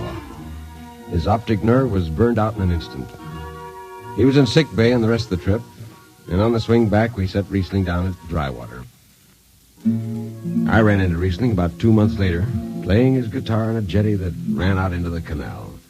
He had a dirty rag tied over his eyes with a jetman's knot, and his hat was on the wharf beside him. And when he finished, we walked out along the canal. Yeah, I'm doing right fine. Working saloons mostly. And I've been thinking some funny songs, Hertzman. The words come out different than they used to. Come on along the canal with me. Sure. Here, take my arm. I know the way. That's another funny thing, Hertzman. I figure I know it better than other folks. Look back there, towards the city. What do you see? New factory buildings? You can smell them from here. I still remember them old Martian towers, old before Bible times on Earth. Thin and graceful like the fairy palaces my old grandma used to tell about down home in the hills. Yeah, they torn them down now, or else blocked them up with cinder blocks. Hertzman, when I stand out here in the canal, I can see it the way it used to be. The water ice blue with the stars shining up out of it. Way off there, the city with the towers sweeping up like a bird flying off a tree. I can see it here. Now it's the dirtiest stinkhole in the system. Not to me. Listen, Hertzman. Won't tire the race that raised the towers, forgotten are their lords. Long gone the gods who shed the tears that lap these crystal shores. Slow beats the time-worn heart of Mars beneath this icy sky. The thin air whispers voicelessly that all who live must die. Pick that up? I can't figure it myself. I never put words together like that before. I reckon it's just I got time now to study the words and shine them up my head till till I sing true. Why don't you go home, Riesling? Home? Earth. I've been thinking about that, Hertzman. When I was a young'un down in the Ozarks, I used to climb a big old oak tree my daddy had in the dooryard. You could see the hills for miles, green and cool. I've been thinking about that. Well, why don't you go back then? Someday, Hertzman, I couldn't face those hills now. I couldn't stand to see black when I knew they was lying all around me, cool and green in the sun. I couldn't stand that. Yeah. Well, let's get back to town, Hertzman. I made $3.50 marching today. Now I'm all set to drink it down before dawn. Come on.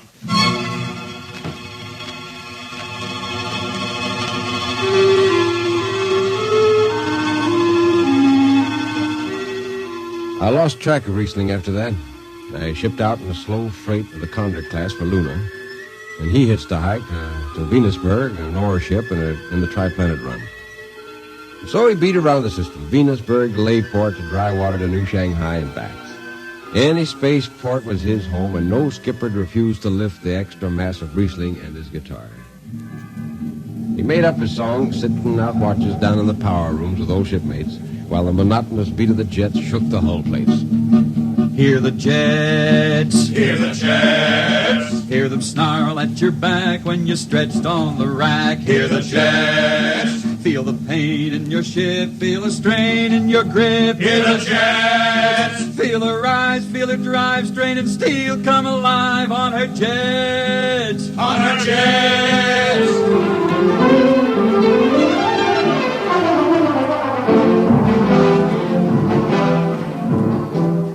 Little by little, his songs began to travel along with spaceways ahead of him. Raw spaceman songs. A different kind of song. Strange, sad songs, like the ones you find printed in the Centennial editions. Well, there's one called Dark Star Passing, and Death Song of a Weed Coat, and then finally, The Green Hills of Earth.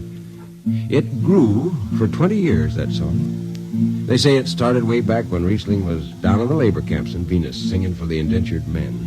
When when he hit Venus, he'd always head out to the backwoods to sing for him. First, if someone will kindly pass a bottle. Oh, it ain't much, Riesling. Here. It'll do.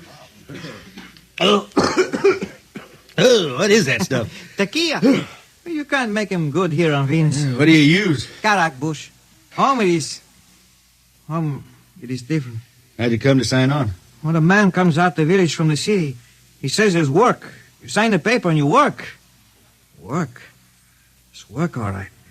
10 stinking hours in the jungle with a machete. How long you signed for? Then I only speak Spanish. I don't know. The paper says 10 years. 10 years? How long you got to go? What's the use? We ain't getting home. You know how many men die out there in the swamp today? 10 men. 10. What's the use? My mother, she's dead. My father don't care. Girl? Oh, she says she waits. I don't know. You sing some more, Riesling. We drink and you sing, huh? Maybe a new song, son. We rot in the molds of Venus. We retch out of tainted breath. See? Foul are flooded jungles, crawling with unclean death. We've tried each spinning space moat and reckoned its true worth. Take us back to the homes of men and the cool green hills of earth. Take us back. What's the matter? Finish the song, Riesling. I can't yet. It just don't come. I'll finish it when I go home. That's it. When I go home to the hills. Now pass that bottle. That dawn whistle don't blow for 4 hours.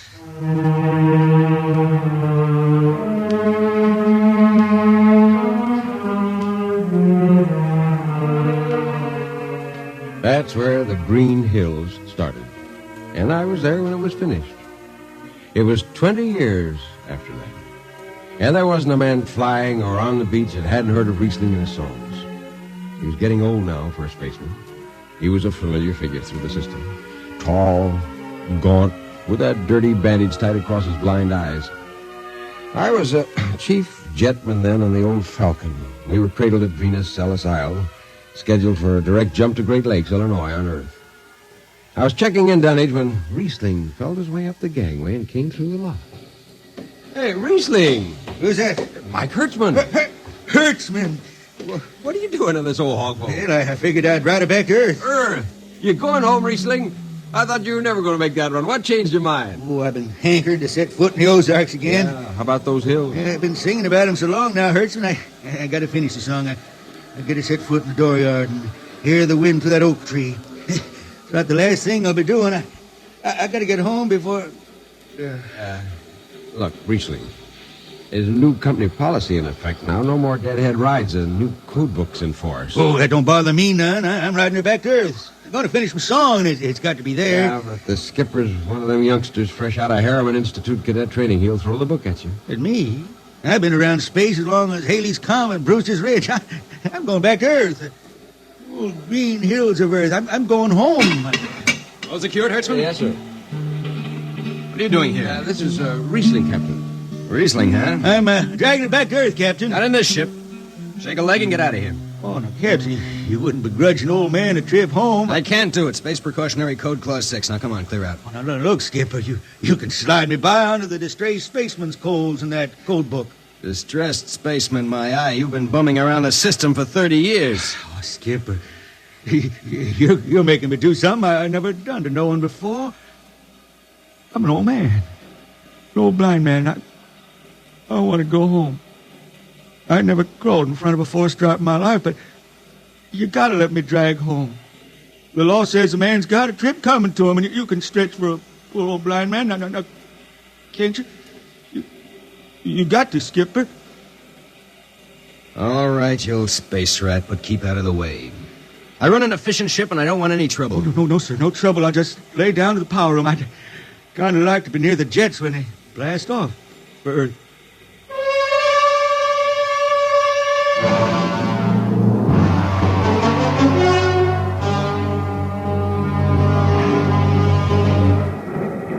Sit down, Riesling. Take a load of you. Hey, thanks, Mac. Power room, fire 3. Aye, sir.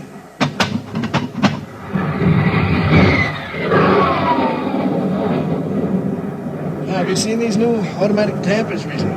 Don't have to do nothing, just sit and watch. Yeah, where's the peeper? Turned off. It's all automatic. Youngsters have it soft. When I was twisting their tail, you had to stay awake. You got the old hand damping plates on? All but the links. I unshipped them. They cover up the dials. You might need them. Oh, the automatics handle everything. Well, you're finally going home, Riesling, huh? Won't seem the same out past the moon. Yeah, I've been thinking of this a long time, Mac. It's going to be good to get home. You reckon? The Arctic sky is calling spacemen back to their trade. Mac, I got the emergency. The hand dampers. Here are the links. Mac. They ought to be on the wall somewhere here. I got them.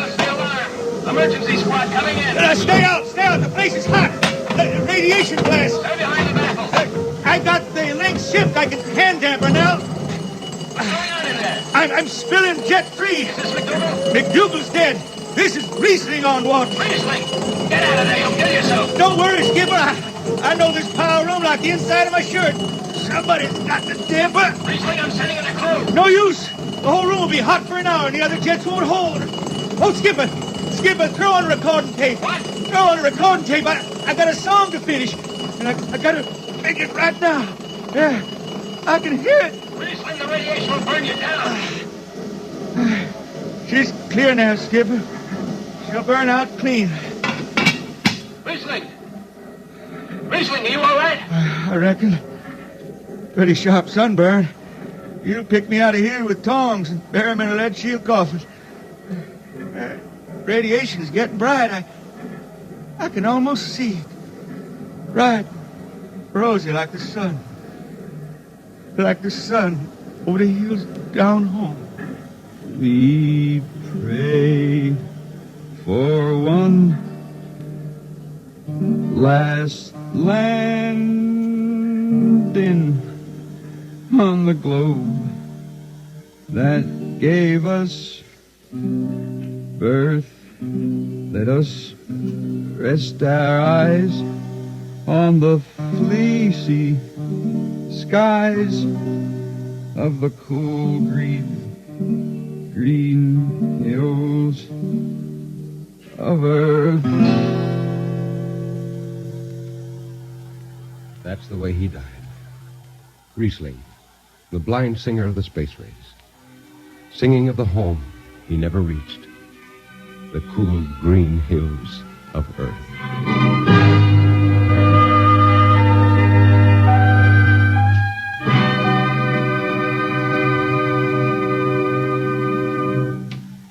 You have just heard X-1, transcribed by the National Broadcasting Company in cooperation with Street and Smith, publishers of astounding science fiction.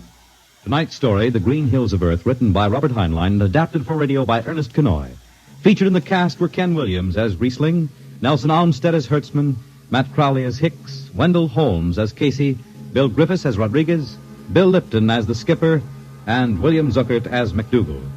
Original music for Riesling songs was written and sung by Tom Glazer.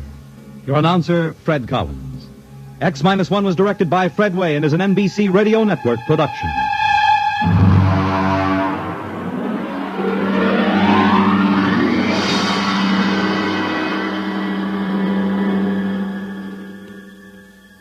And now, next week, the strange story of Dr. Grimshaw's sanitarium and of a patient there who suddenly found himself involved in a game of cat and mouse. But the man had actually been reduced to the size of a mouse, while the cat remained full size. What happened then? You'll learn next week. Convicts tell their true stories on The Loser, tonight over most NBC radio stations.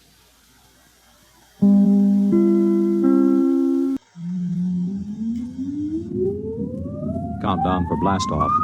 X-5, 4, 3, 2, X-1, fire.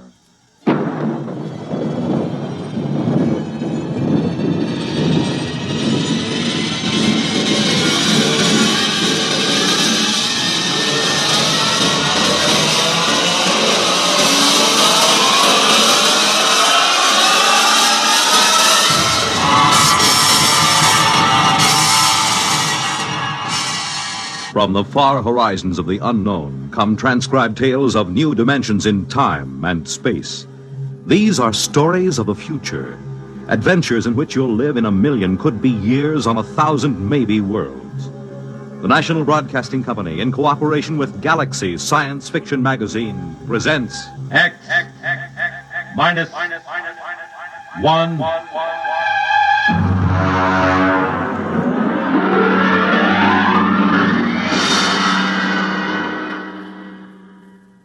Tonight, Appointment in Tomorrow by Fritz Leiber.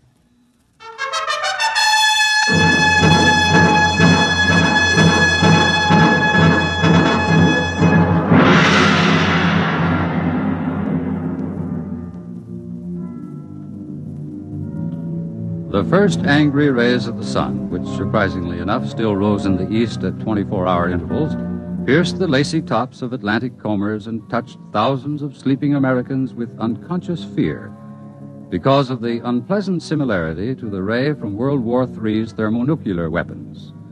This was America approaching the end of the 20th century, America of the mask fad for women and the Neo-Cretan dress styles, America of your local radiation hospital, of the endless war and the loyalty detector. In his bedroom in the Thinkers Foundation, George Helmut slept. To the nucleus, adding a quantum equal to the resultant of G sub 1 prime. Repeating, the quantum... His educational sandman purred learnedly in his ear, droning tensor calculus through the night, filling the hours that used to hold man's formless fears and floating anxieties with the rigid form and anchored shapes of mathematics. Precisely at 8, the sidereal alarm went off. Yeah. Ooh, head. Oh, shower. 96.8, commence. Under the soothing spray of the body temperature robo-shower, Helmut took a deep breath and cast his mind to the limits of the world and his knowledge.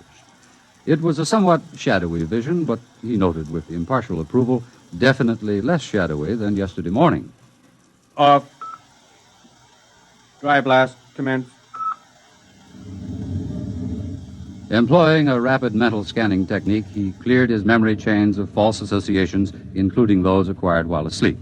He felt the snap of clearing non-thalamic reasoning returning as the brain surged into clear, sharp control. Off. Clothing. Color key 705. He stepped into his clothing, the severe tunic, tights, and sockasins of the modern businessman. He smiled. The next big move had come to him in his sleep, as many of his best decisions did, because he utilized the time-saving technique of somno-thought, which could function at the same time as somno-learning. Attention, robo-locator. Category, rocket physicist. Classification, genius level. Time limit for search, 20 minutes. Commence. Take dictation.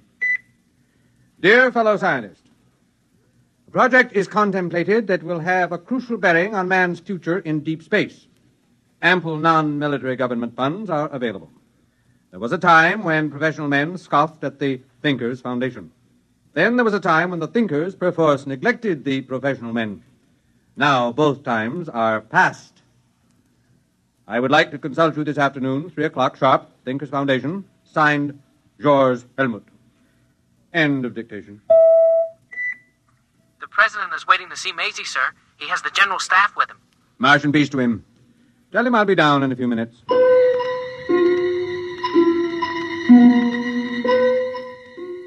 Huge as a primitive nuclear reactor, Maisie, the great electronic brain, loomed over the knot of hushed-voiced men. Its front was an orderly expanse of controls, indicators, telltales, and terminals, the upper ones reached by a chair on a boom.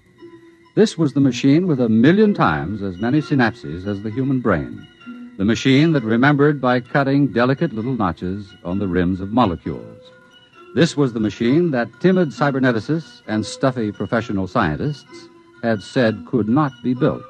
Yet this was the machine that the thinkers, with characteristic Yankee push, had built and named, with characteristic irreverence, Maisie. Have you the questions for the day, Mr. President? Here, Mr. Helmut. I see. The question on the Pakistan crisis is a little touchy. I don't know. If there is enough data to answer it, Maisie will do so. Well, of course, I didn't mean to. Of If course. you will excuse me, gentlemen, I will code the questions for Maisie. Oh, Section 5, Question 4. Whom would that come from? Number 4. Physics. Opperly and his research team. I see. Thank you, Mr. President. While I'm coding the tape, there will be time to watch the takeoff of the Mars rocket. Beautiful, beautiful. Oh, I've often wanted to go to New Mexico. As a matter of fact, I've always wanted to go right through to Mars. Mr. President. My chief of staff thinks the project should be under the Army instead of the Thinkers Foundation. Mr. President, this is the way Maisie designed the project. Oh, I know. That's what I told him. Still, I wish you people could bring back a few of those wise little devils from Mars. It would be a good thing for the party, the country. It's quite unthinkable. The telepathic abilities of the Martians make them extremely sensitive. The conflicts of ordinary Earth minds would impinge on them psychotically. Only the thinkers can contact them because of the clear training and errorless memory chains. Perhaps someday, in the future... there goes the rocket. Beautiful, beautiful. I am ready to submit the question tapes to Maisie. Stand back, gentlemen. Oh, well, sorry. And now... All right, gentlemen. Maisie is thinking.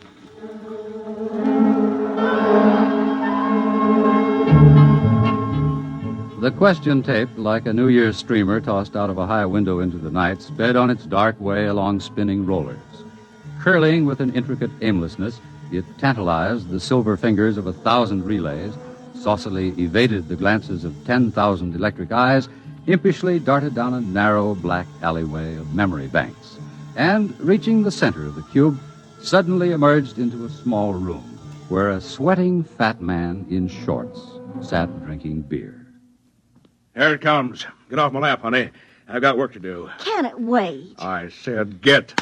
Ow, you didn't have to do that. When Maisie thinks, she thinks. Open up another beer. Look, I'm not a robo-barmaid. Honey, do what you're told, or I'll ship you out where they'll work some of the upholstery off that frame, slopping radioactive mud. You don't have to get nasty, Jan.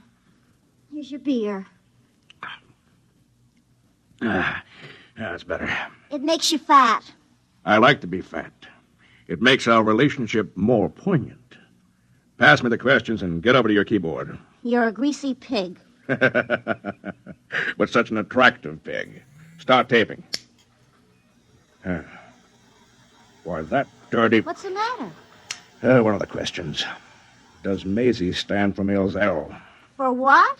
Male Zell. Does it? Look, you just keep sitting on your brains and let me do the thinking. Tape. Maisie does not stand for male Zell. Maisie stands for amazing, humorously given the form of a girl's name. Who is Maelzel? Edgar Allan Poe. Huh? It's a story. Maelzel's chess player. About an automaton that was supposed to play chess. Poe proved it had a man inside it. Oh, and they want to know if Maisie... They're wrong. Maisie doesn't have a man inside it. Just a lump of conceited lard. You could hit me with that. Look at my dress. Get me another glass of beer. That must have come from the physics section of the Research Institute. Opperly and that 8 Farquhar. And we'll look into that. All right, start taping. Question 1. The midterm election vidcast should be spaced as follows.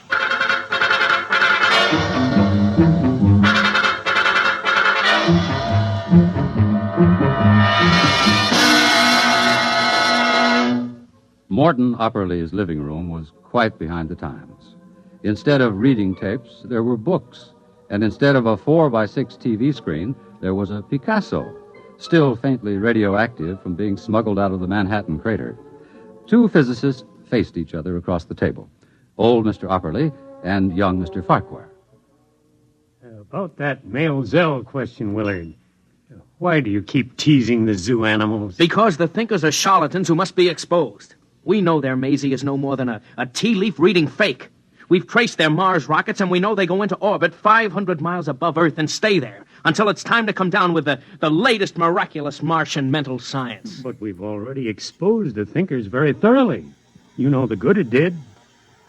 Willard, the age we live in wants magicians. A scientist tells people the truth. When times are good, when the truth offers no threat, people don't mind. But when times are very, very bad, well, a magician tells people what they wish were true. That perpetual motion works, that colored lights can cure cancer, that a psychosis is no worse than a bad cold, and that they live forever. In good times, magicians are laughed at. They're the luxury of a spoiled, wealthy few. But in bad times, people sell their souls for magic cures and buy perpetual motion machines to power their war rockets. Are we supposed to beg off from a job because it's difficult and dangerous? In my day, Willard, I was one of the frightened men. Later, I was one of the angry men. And then one of the minds of despair. And now I'm convinced that all of my reactions were futile. Exactly. You reacted. You didn't act. If you men who discovered atomic energy had only formed a secret league, if you'd only had the guts and foresight to use your tremendous bargaining power to... Willard, we scientists weren't the stuff of which cloak and dagger men are made. Now, can you imagine Oppenheimer wearing a mask or old Einstein sneaking into the White House with a bomb in his briefcase? That's not the way power is seized. New ideas aren't useful to men bargaining for power. Only established facts or lies are. What do you want to do? Surrender the world to charlatans without a struggle? The thinkers are vulnerable. Their power is based on a series of lies. All power is. The greater the lie, the greater the power. What's it based on? A few lucky guesses, some faith healing, some science hocus pocus. The power of the thinkers isn't based on what they've got, but on what the world hasn't got. Peace, honor, a good conscience. They've sent for me. Who? Jan Tregerin? No. George Helmut. I got the radiogram an hour ago. They know they'll have to produce a real nuclear rocket pretty soon, and they'll need our help. I'm afraid, Willard. You think it might be a trap? After the Maelzel question, you think they might want to shut me up? I'm not afraid for your life. I'm worried about other things they might do to you. They'd better be worried about the things I'm going to do to them.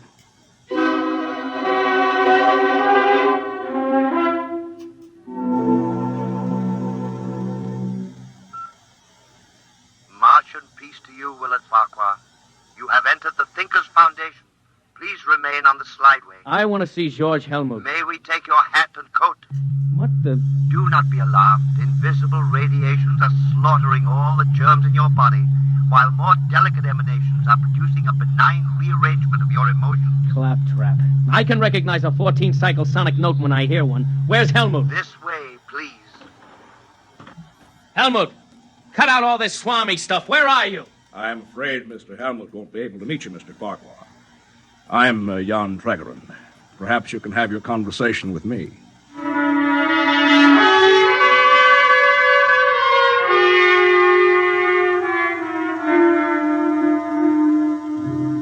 George Helmut waited in a conference room with 24 empty chairs. He had prepared by 2 hours' rest with the Somno teacher on full volume for this conference, having strengthened his mind by hard years of Somno learning, memory straightening, and sensory training. He had assured himself of the executive power to control the technicians and direct their specialized abilities. Together, they would have built the true Mars rocket. But, unfortunately, no one came. Where are they? Report. No word from the door, Master. They can't all be late. Did you check? The calls have been put through. What response? Dr. Burnside reports he received the second message just in time. What second message? The message calling off the meeting. Did he read the text of the second message back? Shall I play it back? Never mind. How was it signed? The signature? Signature, Mr. Jan Tregerin.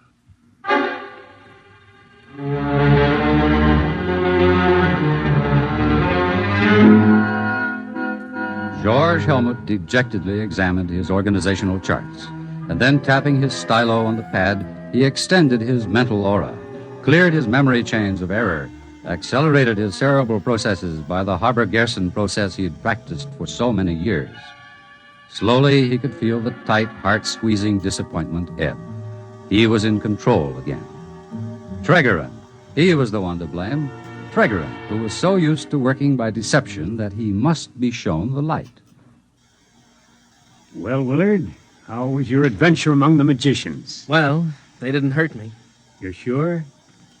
And are you as determined as ever to smash and expose the thinkers? Of course. Only from now on I won't embarrass you by asking any Maelzel questions. After this, I shall bore from within.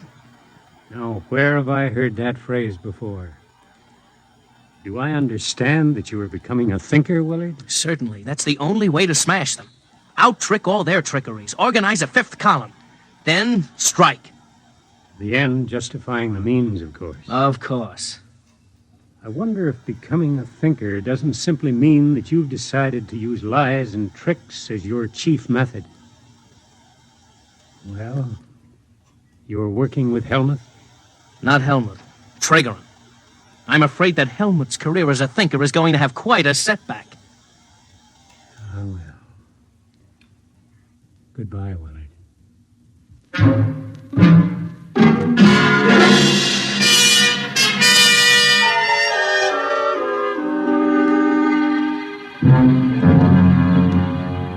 Tregerin, I want to talk to you. Shall I leave? No, please stay. Jan? Stay. You ought to enjoy this. George has that errorless memory chain. Tregerin, you know why I'm here. I don't know. I've been sadly remiss on my precognition and clairvoyance exercise. I've been too busy with other things, other people, other exercises. But I don't need Major to guess. You just went ahead and canceled the conference without consulting me. You called it without consulting me. Shouldn't do that sort of a thing, George. I was absolutely sure of my ground, perfectly prepared. I visualized it.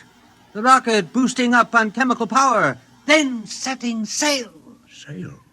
Sail? A nuclear reactor rocket. Oh, George, you're fabulous. Yes, sail.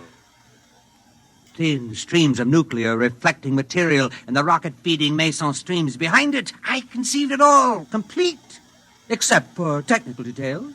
George, you are a thinker. A real thinker. I know. Now look here, George. Every man should stick to his trade. Technology isn't ours. You know as well as I do that we're going to have a nuclear spaceship and actually go to Mars someday. Are we? Yes. Just as we're going to have to build an actual Maisie. I helped you organize the thinkers. At least I was your first partner.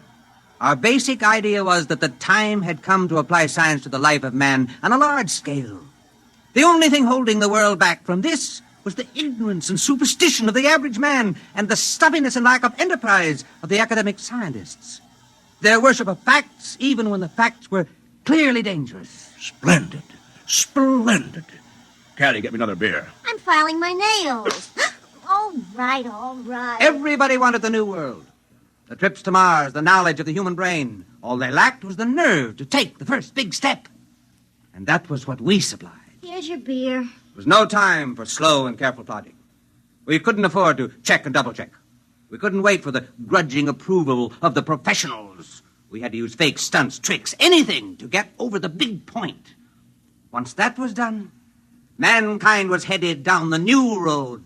It was easy to just heal the breach with the professionals and to make good in actuality what had been made good in pretense. Very good. The beer. We built Maisie. We built the Mars rocket. We discovered the wisdom of the Martians. We sold the people and the science the professionals had been too high-toned to advertise or bring into the marketplace. But now that we'd succeeded, it's time to let accomplishment catch up with imagination, to implement fantasy with fact. You suppose I would have gone in with you if I hadn't known that someday we'd actually make what we claimed we had already made? Oh, is that it? Jan, the day's come, and I'm the man. I've prepared myself. Caddy, clear the decks. All right. I know. You just want room to point that fat finger. I want her to stay. All right. George, look, every revolutionary wants to see the big change take place in his lifetime. But time for the second step. George, the average man's exactly where he was 10 years ago when we took over. Except he's got a new god.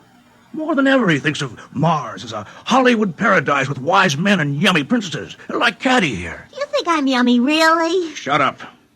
Maisie is Mama, magnified 1,000,000 times. The professional scientists, they're more jealous and stuffy than ever. All they like to do is turn the clock back to a genteel dream world of square caps and quadrangles. Bravo! I said shut up. George, maybe in 10,000 years we'll be ready for the second big step. Meanwhile, the clever will rule the stupid. The realists will rule the dreamers. George, did you actually think you could have bossed those professionals? Nuclear scientists? Rocket physicists? Oh, now listen to me, boy. They'd have torn you to pieces in 20 minutes, and glad of the chance. George, you baffle me. You know that Maisie and the Mars trips and all that are fakes, yet you believe in your somno-learning and consciousness expansion and optimism pumping like a corn-fed yokel. There is a place for the man who has the courage to dream. Sure. In a straitjacket. Oh, George, you remind me of those men who used to put out those lurid little magazines with Caddy's grandmother on the cover in outer space in a stripped-down bathing suit. My grandmother never... I said shut up! That's what it is. Frustrated little men playing science god to generations of pimply high school chemistry students and gas station attendants, conning them into thinking they're in the know, sprinkling a few formulas to the garbage and playing Atom Smasher, and then being very solemn about the role of imagination in science. George, the trouble with you is they forgot to take your zap gun and space cadet decoder pin away from you when you turned 13. That's your honest opinion? It's more than that. George, get a hold of yourself and quit taking fantasy in the veins. That's an order. Jan, the strange part of it is that I know as well as you do that Maisie and the Mars trips are fakes, but some things aren't. The human mind, Jan, is a tool that hasn't been perfected yet. There are more things in heaven and earth than are dreamed of in your philosophy, Horatio. Who's Horatio? I said shut up! This is the last full cackle, George. You've been fooling around with ESP, huh? Telepathy? Maybe a little hypnotism? Maybe. All right. Guess what I've got in my drawer? Extend your consciousness. Telepath it. Visualize it. Never mind. I'll save you the mental effort. It's a pistol, see? Now, let me tell you something. I got a couple of boys waiting outside. They'll take you by jet to New Mexico. George, congratulations. You're leaving for Mars tomorrow. Mars? Yes. I've decided Mars to be the best place for you. We'll arrange it so that your trip is, say, 2 years long. Perhaps in that time, orbiting up there, you'll learn a little Martian wisdom. For example, the big liar must never fall for his own lie. Meanwhile, I got a replacement for you. His name is Willard Farquhar. But I sent for him to... Yes. You see, I, too, believe in cooperation with the scientists. But by subversion. I'll offer them the hand of friendship with a big, fat bribe in it. You know what the bribe is? The power to destroy me. That's what I'm offering. Join us. Learn our secrets. Bore from within. Bide your time before you strike. But while he's biding, I'll have him. And when he's ready to strike, you'll find it's not quite the time. Wait a little bit. Enjoy the power. Play with fat old Jan Tregerin like a cat. And by then I'll have him. You can't replace me, Jan. Oh, you were a good man, George, when we needed catchy slogans, ray guns, plastic helmets, fancy sweaters. I warned you, Jan. Don't underestimate the mind, the human brain. Even Caddy here is a fascinating instrument. For example, I had a little talk with Caddy last week. Very boring. Ah, but useful. But when we were finished, her mind had something it didn't have before. You always were educational, George. Caddy, look at me. Look at me. Look at me. Now, put your hand on his arm. Now, take his gun. Caddy, are you crazy? I've got his gun. What now? You see, Jan, there is a place for the dreamer, the man who believes, who can use his mind. I'm going to get rid of you, Jan, because the man who dares to dream will rule. Caddy, look at me. Look at me. Point the gun at him. Look at me. I can't anymore. It's too ridiculous. Jan, take your silly gun back. It's too heavy. What? Caddy, I command you, look at me. Look at me.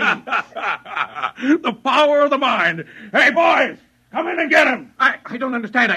Caddy, look at me. Oh, all right, I'll look at you. Poor Superman.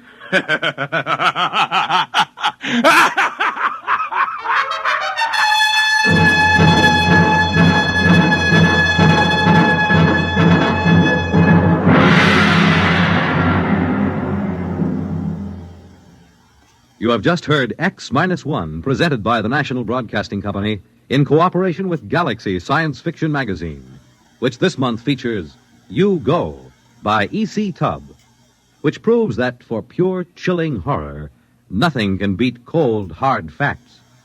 Galaxy Magazine, on your newsstand today. Tonight, by transcription, X-1 has brought you Appointment in Tomorrow, a story from the pages of Galaxy written by Fritz Leiber and adapted for radio by Ernest Kenoy. Featured in the cast were Ted Osborne, Dean Almquist, Pat Hosley, Bob Hastings, Arthur Hughes, and Charles Penman. Your narrator was Floyd Mack. This is Fred Collins. X-1 was directed by Daniel Sutter and is an NBC Radio Network production.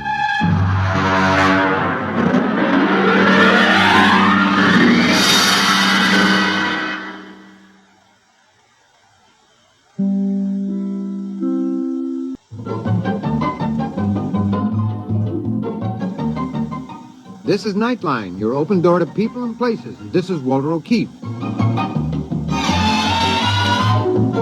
Nightline invites you to listen in on NBC's award-winning science fiction series X-1.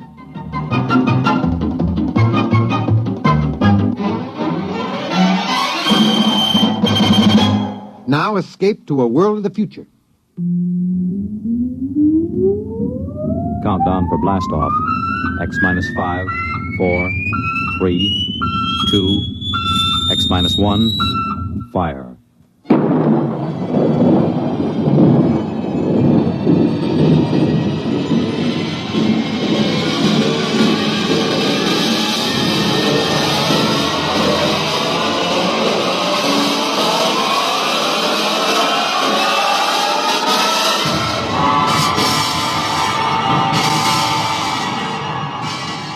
From the far horizons of the unknown come tales of new dimensions in time and space. These are stories of the future, Adventures in which you'll live in a million could be years on 1,000 maybe worlds. The National Broadcasting Company, in cooperation with Galaxy Science Fiction Magazine, presents X minus one.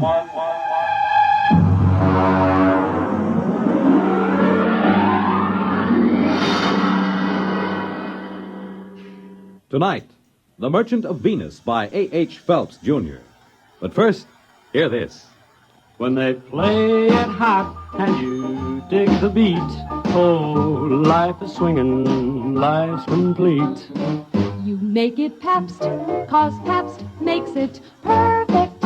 Yes, Pabst makes it perfect. Just as we always have ever since 1844. So next time, you make it Pabst, because Pabst makes it perfect. America's Blue Ribbon beer from the Pabst Brewing Company, Milwaukee, Wisconsin. Yes, Pabst makes it perfect.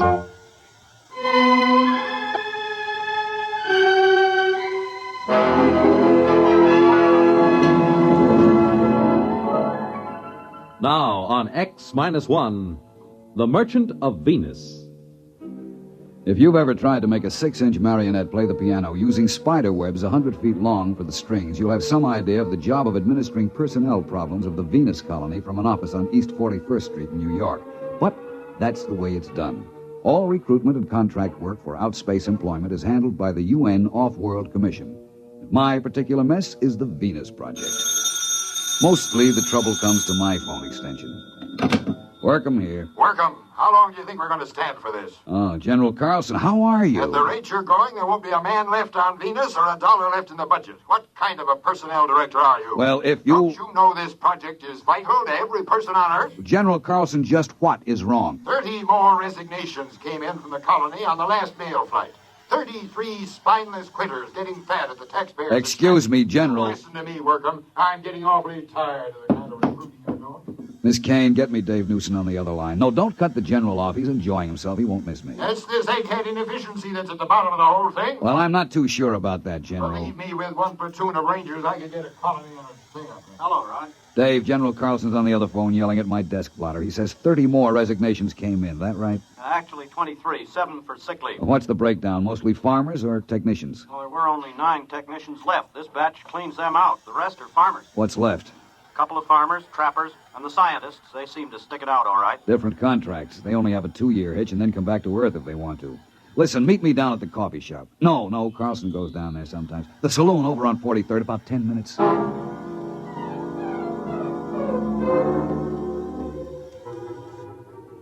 The saloon was decorated in old-fashioned foam and plastic furniture. It looked straight out of the antebellum 1950s. I found Dave waiting for me in a booth, and we got right down to it. Well, listen, why don't we leave this last bunch of quitters right where they are? Refuse to bring them home. Then they'd have to make a go of the colony to save their scrawny necks. Oh, I'd like to, but even General Carlson wouldn't dare. We'd never get another colonist off Earth. And our main job is to relieve population crowding on Earth. We get tough with the colony, a man would be a fool to go. But every one of these quitters talks like he was just sprung from Devil's Island. This isn't getting us anywhere. I want you to shoot me up the files on this last batch of quitters. Maybe we'd better have a staff meeting on it. Get the psychology section, the preliminary interviewers who passed these men, and I'll have Jameson, too. What do you want a historian for? Maybe he can find us something interesting in the project record. He's used to deducing the philosophical and religious behavior of the ancient Hittites from a loose translation of a cuneiform laundry bill. Shall I get them all down here? No, we'd better make it formal. Book a conference room. When you get Jameson into a saloon, he spends all his time thinking up guessing games to avoid paying for his drinks. No, make sure about General Carlson. I'll tell his secretary. No. Make sure he doesn't hear about it. I don't have anything against General Carlson personally. It's just that there's always been a fight over Venus Project. The military versus the rest of us soft, decadent civilians. Carlson felt the right way to settle any virgin territory was to set up a military outpost on the ground that soldiers had always been the best operators under similar circumstances. I had lunch with Dave before the conference. You want to call the Greasy Spoon and order? What's on the menu? Well, Protost burger, sliced barbecued yeast, or seaweed borscht with boiled algae balls. Just coffee. Black coffee. They don't have coffee. What do you think this is, the Chambord? You can have Neo-Caf or Syntho tea.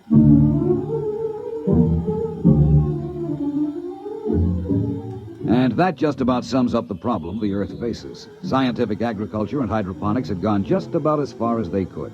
Synthesized foods couldn't take up the slack.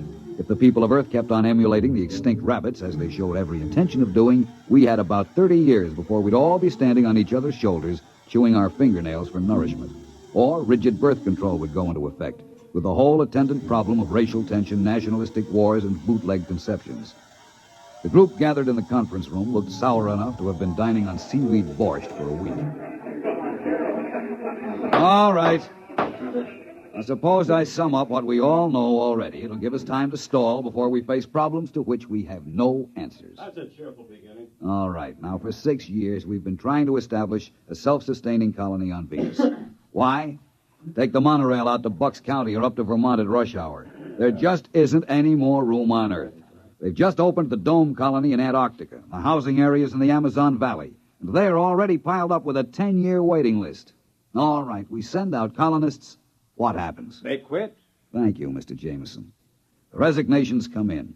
By terms of the contract, we have to transport them back to Earth inside of a month of resignation. There'll be nothing left on Venus but a few small clearings in the jungle and a few empty beer cans. Now, I'm not accusing anyone here of making mistakes, but I think we have to seriously consider whether we're spending money for nothing. Rod, you said the problem was insoluble. We know what we need up there. It's just that we're still making some mistake in selection, in psychological screening. That's all. You're not going to quit, are you, Rod? Well, we're not. We'll get these studies out and check again. Venus Project is too important to fail, right? Right.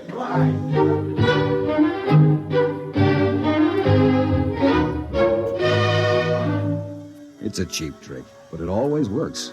I talk with a heavy, heavy heart. Dave jumps in to shield like a Boy Scout. It always amazes me how a bunch of PhD psychologists can get suckered into enthusiasm every time. We tried to figure out what made the settlers quit. We went into their backgrounds, their personality psych profiles. The coffee grew stale and the smoke heavy. Nothing. Look, Rod, here's what it boils down to. A man has to be unstable to want to leave Earth, but he has to be stable to stay on Venus. You need initiative and resourcefulness to make out on a new planet. But if you had it, you'd make out fine at home. You need young, healthy, vigorous, mature, older, experienced people all rolled into one. We're looking for a collection of walking paradoxes.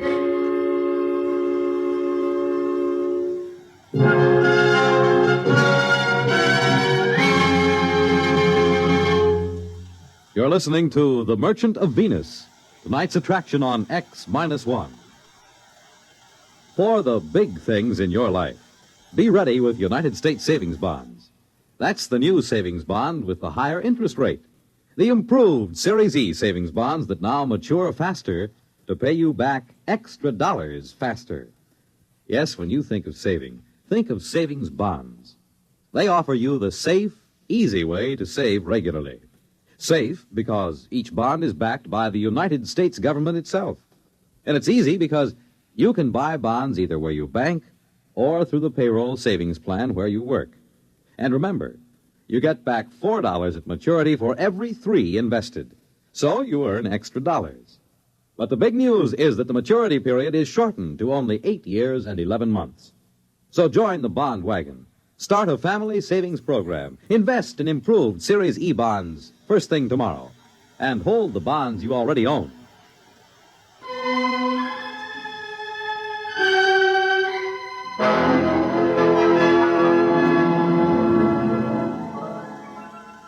Now back to X-1 and The Merchant of Venus. We tried brainstorming on Project Venus. You know, just sit around and let the ideas seep out of your unconscious. Take kids up and bring them up on Venus under guard. Grow colonists in test tubes and ship them out wrapped in glass. Start trial colonies in the Congo. Nothing. I was mulling the conference over by myself in the saloon when Jameson dropped into a chair beside me. Hi, Rod. Oh, hello. Hey, I got a new game. I take 3 matches in my right hand and Don't you guess... bother. I'll pay for the drinks. Rod, you're taking the sport out of sponging. I see nothing amusing in being a petty con man. How about that snow job you work on the psych team every couple of weeks? You could get rich selling bogus mining stock to investigators for the SEC. There is a difference between legitimate personnel psychology. Sure. How about when you threatened to quit? Well, I'm not sure I was kidding. What would happen if you quit? Carlson would probably send a military outpost up there. Make a clearing, build a fort, maybe a town, and then he'd try to get people to come and live in it. It won't work, though. They'll want to know why the planet had to be colonized that way. Why wouldn't the civilian colonists stay? Rod, this may surprise you, but I agree with you. But not because of your fancy psych profiles and emotional mathematics. A free people will not willingly move into a military township. Rod, you a gambling man? I told you, I'll pay for the drinks. No. I mean, would you take a 50-50 chance if the colony had a chance of working out? Guess so. It's better odds than I'd give at the moment. All right. You're on. Now, wait a minute. What are you talking about? Never mind. Here, look. I take 3 matches in my right hand. And that's all he said. I found out a week later what was going on when I was called on the carpet by General Carlson. And as I understand it, this plan of Mr. Jameson's was smothered in your office because of professional jealousy. Mr. Jameson having no degree in psychology. Is that what he told Mr. you? Mr. Workham, I'm very busy. I have a conference with Mr. Jameson in exactly 7 minutes.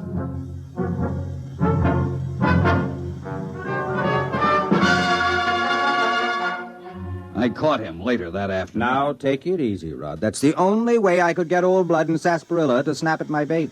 If he thought you were sitting on an idea, he was bound to grab it. You know he dry-docked me for 6 weeks. Go fishing. Have a good time. When you get back, I'll have my little swindle going full blast.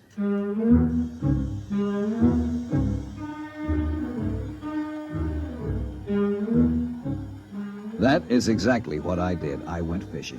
When I came back to work, I had to fight to get into the building. Hey, who you pushing? I work in here. Yeah, line fucker. What do you mean? You're gonna wait your time like the rest of us. What's going on in there? What, are you kidding? This is the volunteer office. Where have you been? Volunteer for what? The Venus colony. Oh, no. That's a little office around on 43rd Street. Wake up, Bud. They moved out of that office last week. You mean all these men are volunteering? Sure. Hey, you got a bottle on you? Bottle? Anything. A little California seaweed juice, maybe. I ain't fussy. Are you a trained farmer? Do I look like a hayseed? Technician? Mechanic? Listen, Buster. That's for Marks, Rubes, Hicks. I know how to take care of myself. Let the suckers push tractors around.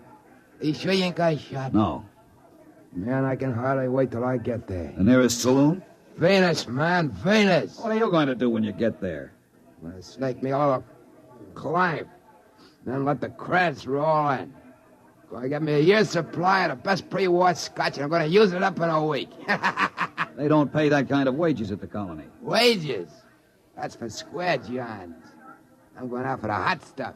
You know what I mean? Radioactives? Well, the government assays don't show enough to make it worth shipping. That's what they want you to believe.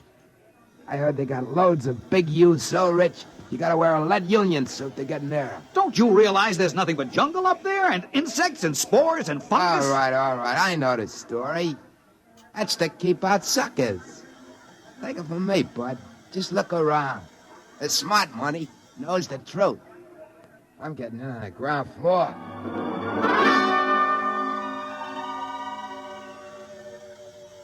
Jameson, you irresponsible idiot! Ah, Rod, how were the fish? I know what you're doing, and I won't put up with it. You've told those dupes down there they can get rich on Venus. Well, they're volunteering. And I suppose you think if you get enough of them, you'll find what you want. But have you looked at them? Crooks, gangsters, bums, hobos, drunks, and I don't know what. They are a little picturesque, aren't they? Well, you've got recruits, all right. But what kind of a society are you going to start with them? Rod, you're not being just a teeny-weeny bit snobbish, are you? Look, this isn't a joke. I don't care who goes as long as they meet some standards. But to make a decent place, you need decent people, morally clean and healthy. And to think this is a man I have seen playing stud poker. You've got a collection of bums and alcoholics and criminals. Probably half of them are wanted by the cops. You've got to stop.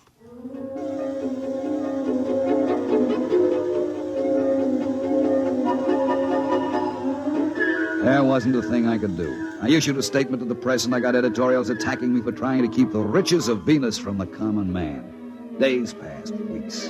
The training and screening compounds were jammed, and the transports lifted from Cocoa Base on a tight schedule, 100 men to a ship, not counting crew. People traveled miles to apply. They drifted in from every skid row around the world. Then the numbers decreased. Day by day, the get-rich-quick propaganda seemed to be losing its grip. About a year passed, and the lines had dwindled down to about a steady 5 men a day. I went through my routines in a kind of daze, horrified at the tale history would write about the society that was recruited through my office. Then one day I met a man in a lunchroom. He asked me the way to the recruiting office. We got to talking. That afternoon, I found Jameson in the saloon and cornered him. Look, I take 4 lumps of sugar in my left hand, and you try to guess which one... Never mind. It's just a little sporting proposition. I've had enough sporting propositions out of you. Jamie, I just talked to a recruit. How democratic of you. I'm not kidding.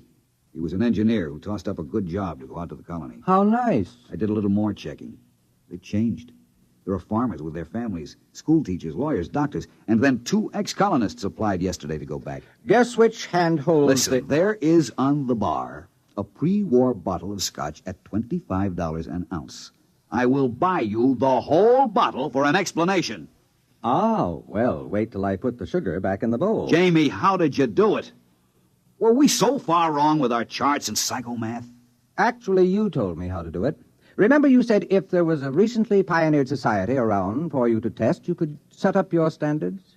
Well, all you needed to do was duplicate the kind of person who settled America, or Australia, or California. As an historian, I knew what they were like, and I knew what brought them. So I put out the same bait. In a pig's eye you did. How about freedom of religion, freedom from oppression? That had something to do with settling America, didn't it? Isn't that what brought people to this country? I saw that cesspool full of tramps you started with. If there was a Tom Paine or a Ben Franklin among them, I'll eat a whole Rorschach series 1 ink blot at a time. Rod, you are no historian. Franklin was born here. Paine didn't come over in the first wave. Pioneers are not necessarily young, healthy, or moral. America wasn't founded only by pilgrims. They were actually a minority. We were settled by promoters, bonded servants, British convicts, pickpockets, thieves, French and Spanish pirates. They came here for gold, or to beat a hangman's rope. That's the kind of person who settles a new land. Misfits, drunkards, fugitives from justice. Too sick in mind or body to make a go of it where they are. But what kind of society will they make out of it? What kind did the sweepings of Newgate make out of America? After a while, they stop shooting each other down in the streets, and civilization catches up with them. For one thing, they got married. And it's amazing what a civilizing influence a wife is. Won't they be a little sore? After all, you just worked the greatest hoax since... Since the immigrants came to America because they heard the streets were paved with gold. Well, I'll be going along myself soon. You? Yep. Now that they've got a colony going up there, they'll be making history. And besides, I understand there's a wide-open gambling saloon at New Abilene on the Neo-Texas Peninsula. I'm anxious to try my luck on the wheel. I wonder if that pre-war bottle of scotch will stand the acceleration.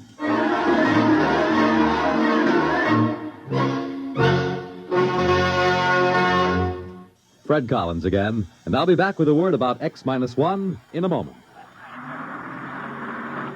This is Bob Haynes speaking to you from somewhere in the Caribbean. I am aboard a UDT personnel landing craft. That's the Underwater Demolitions Team.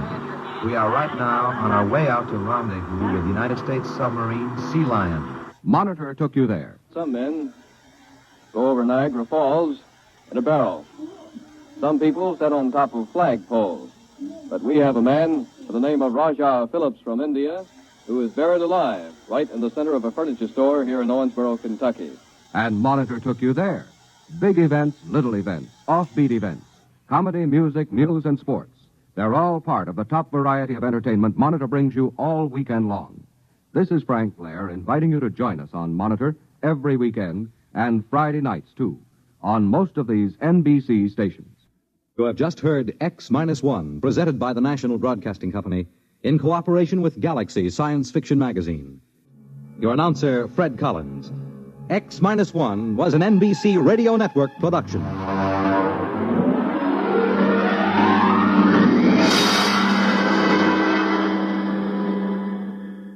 There's excitement in the air at night, and Nightline brings it to you. Hear Nightline with Walter O'Keefe, next on most of these NBC stations.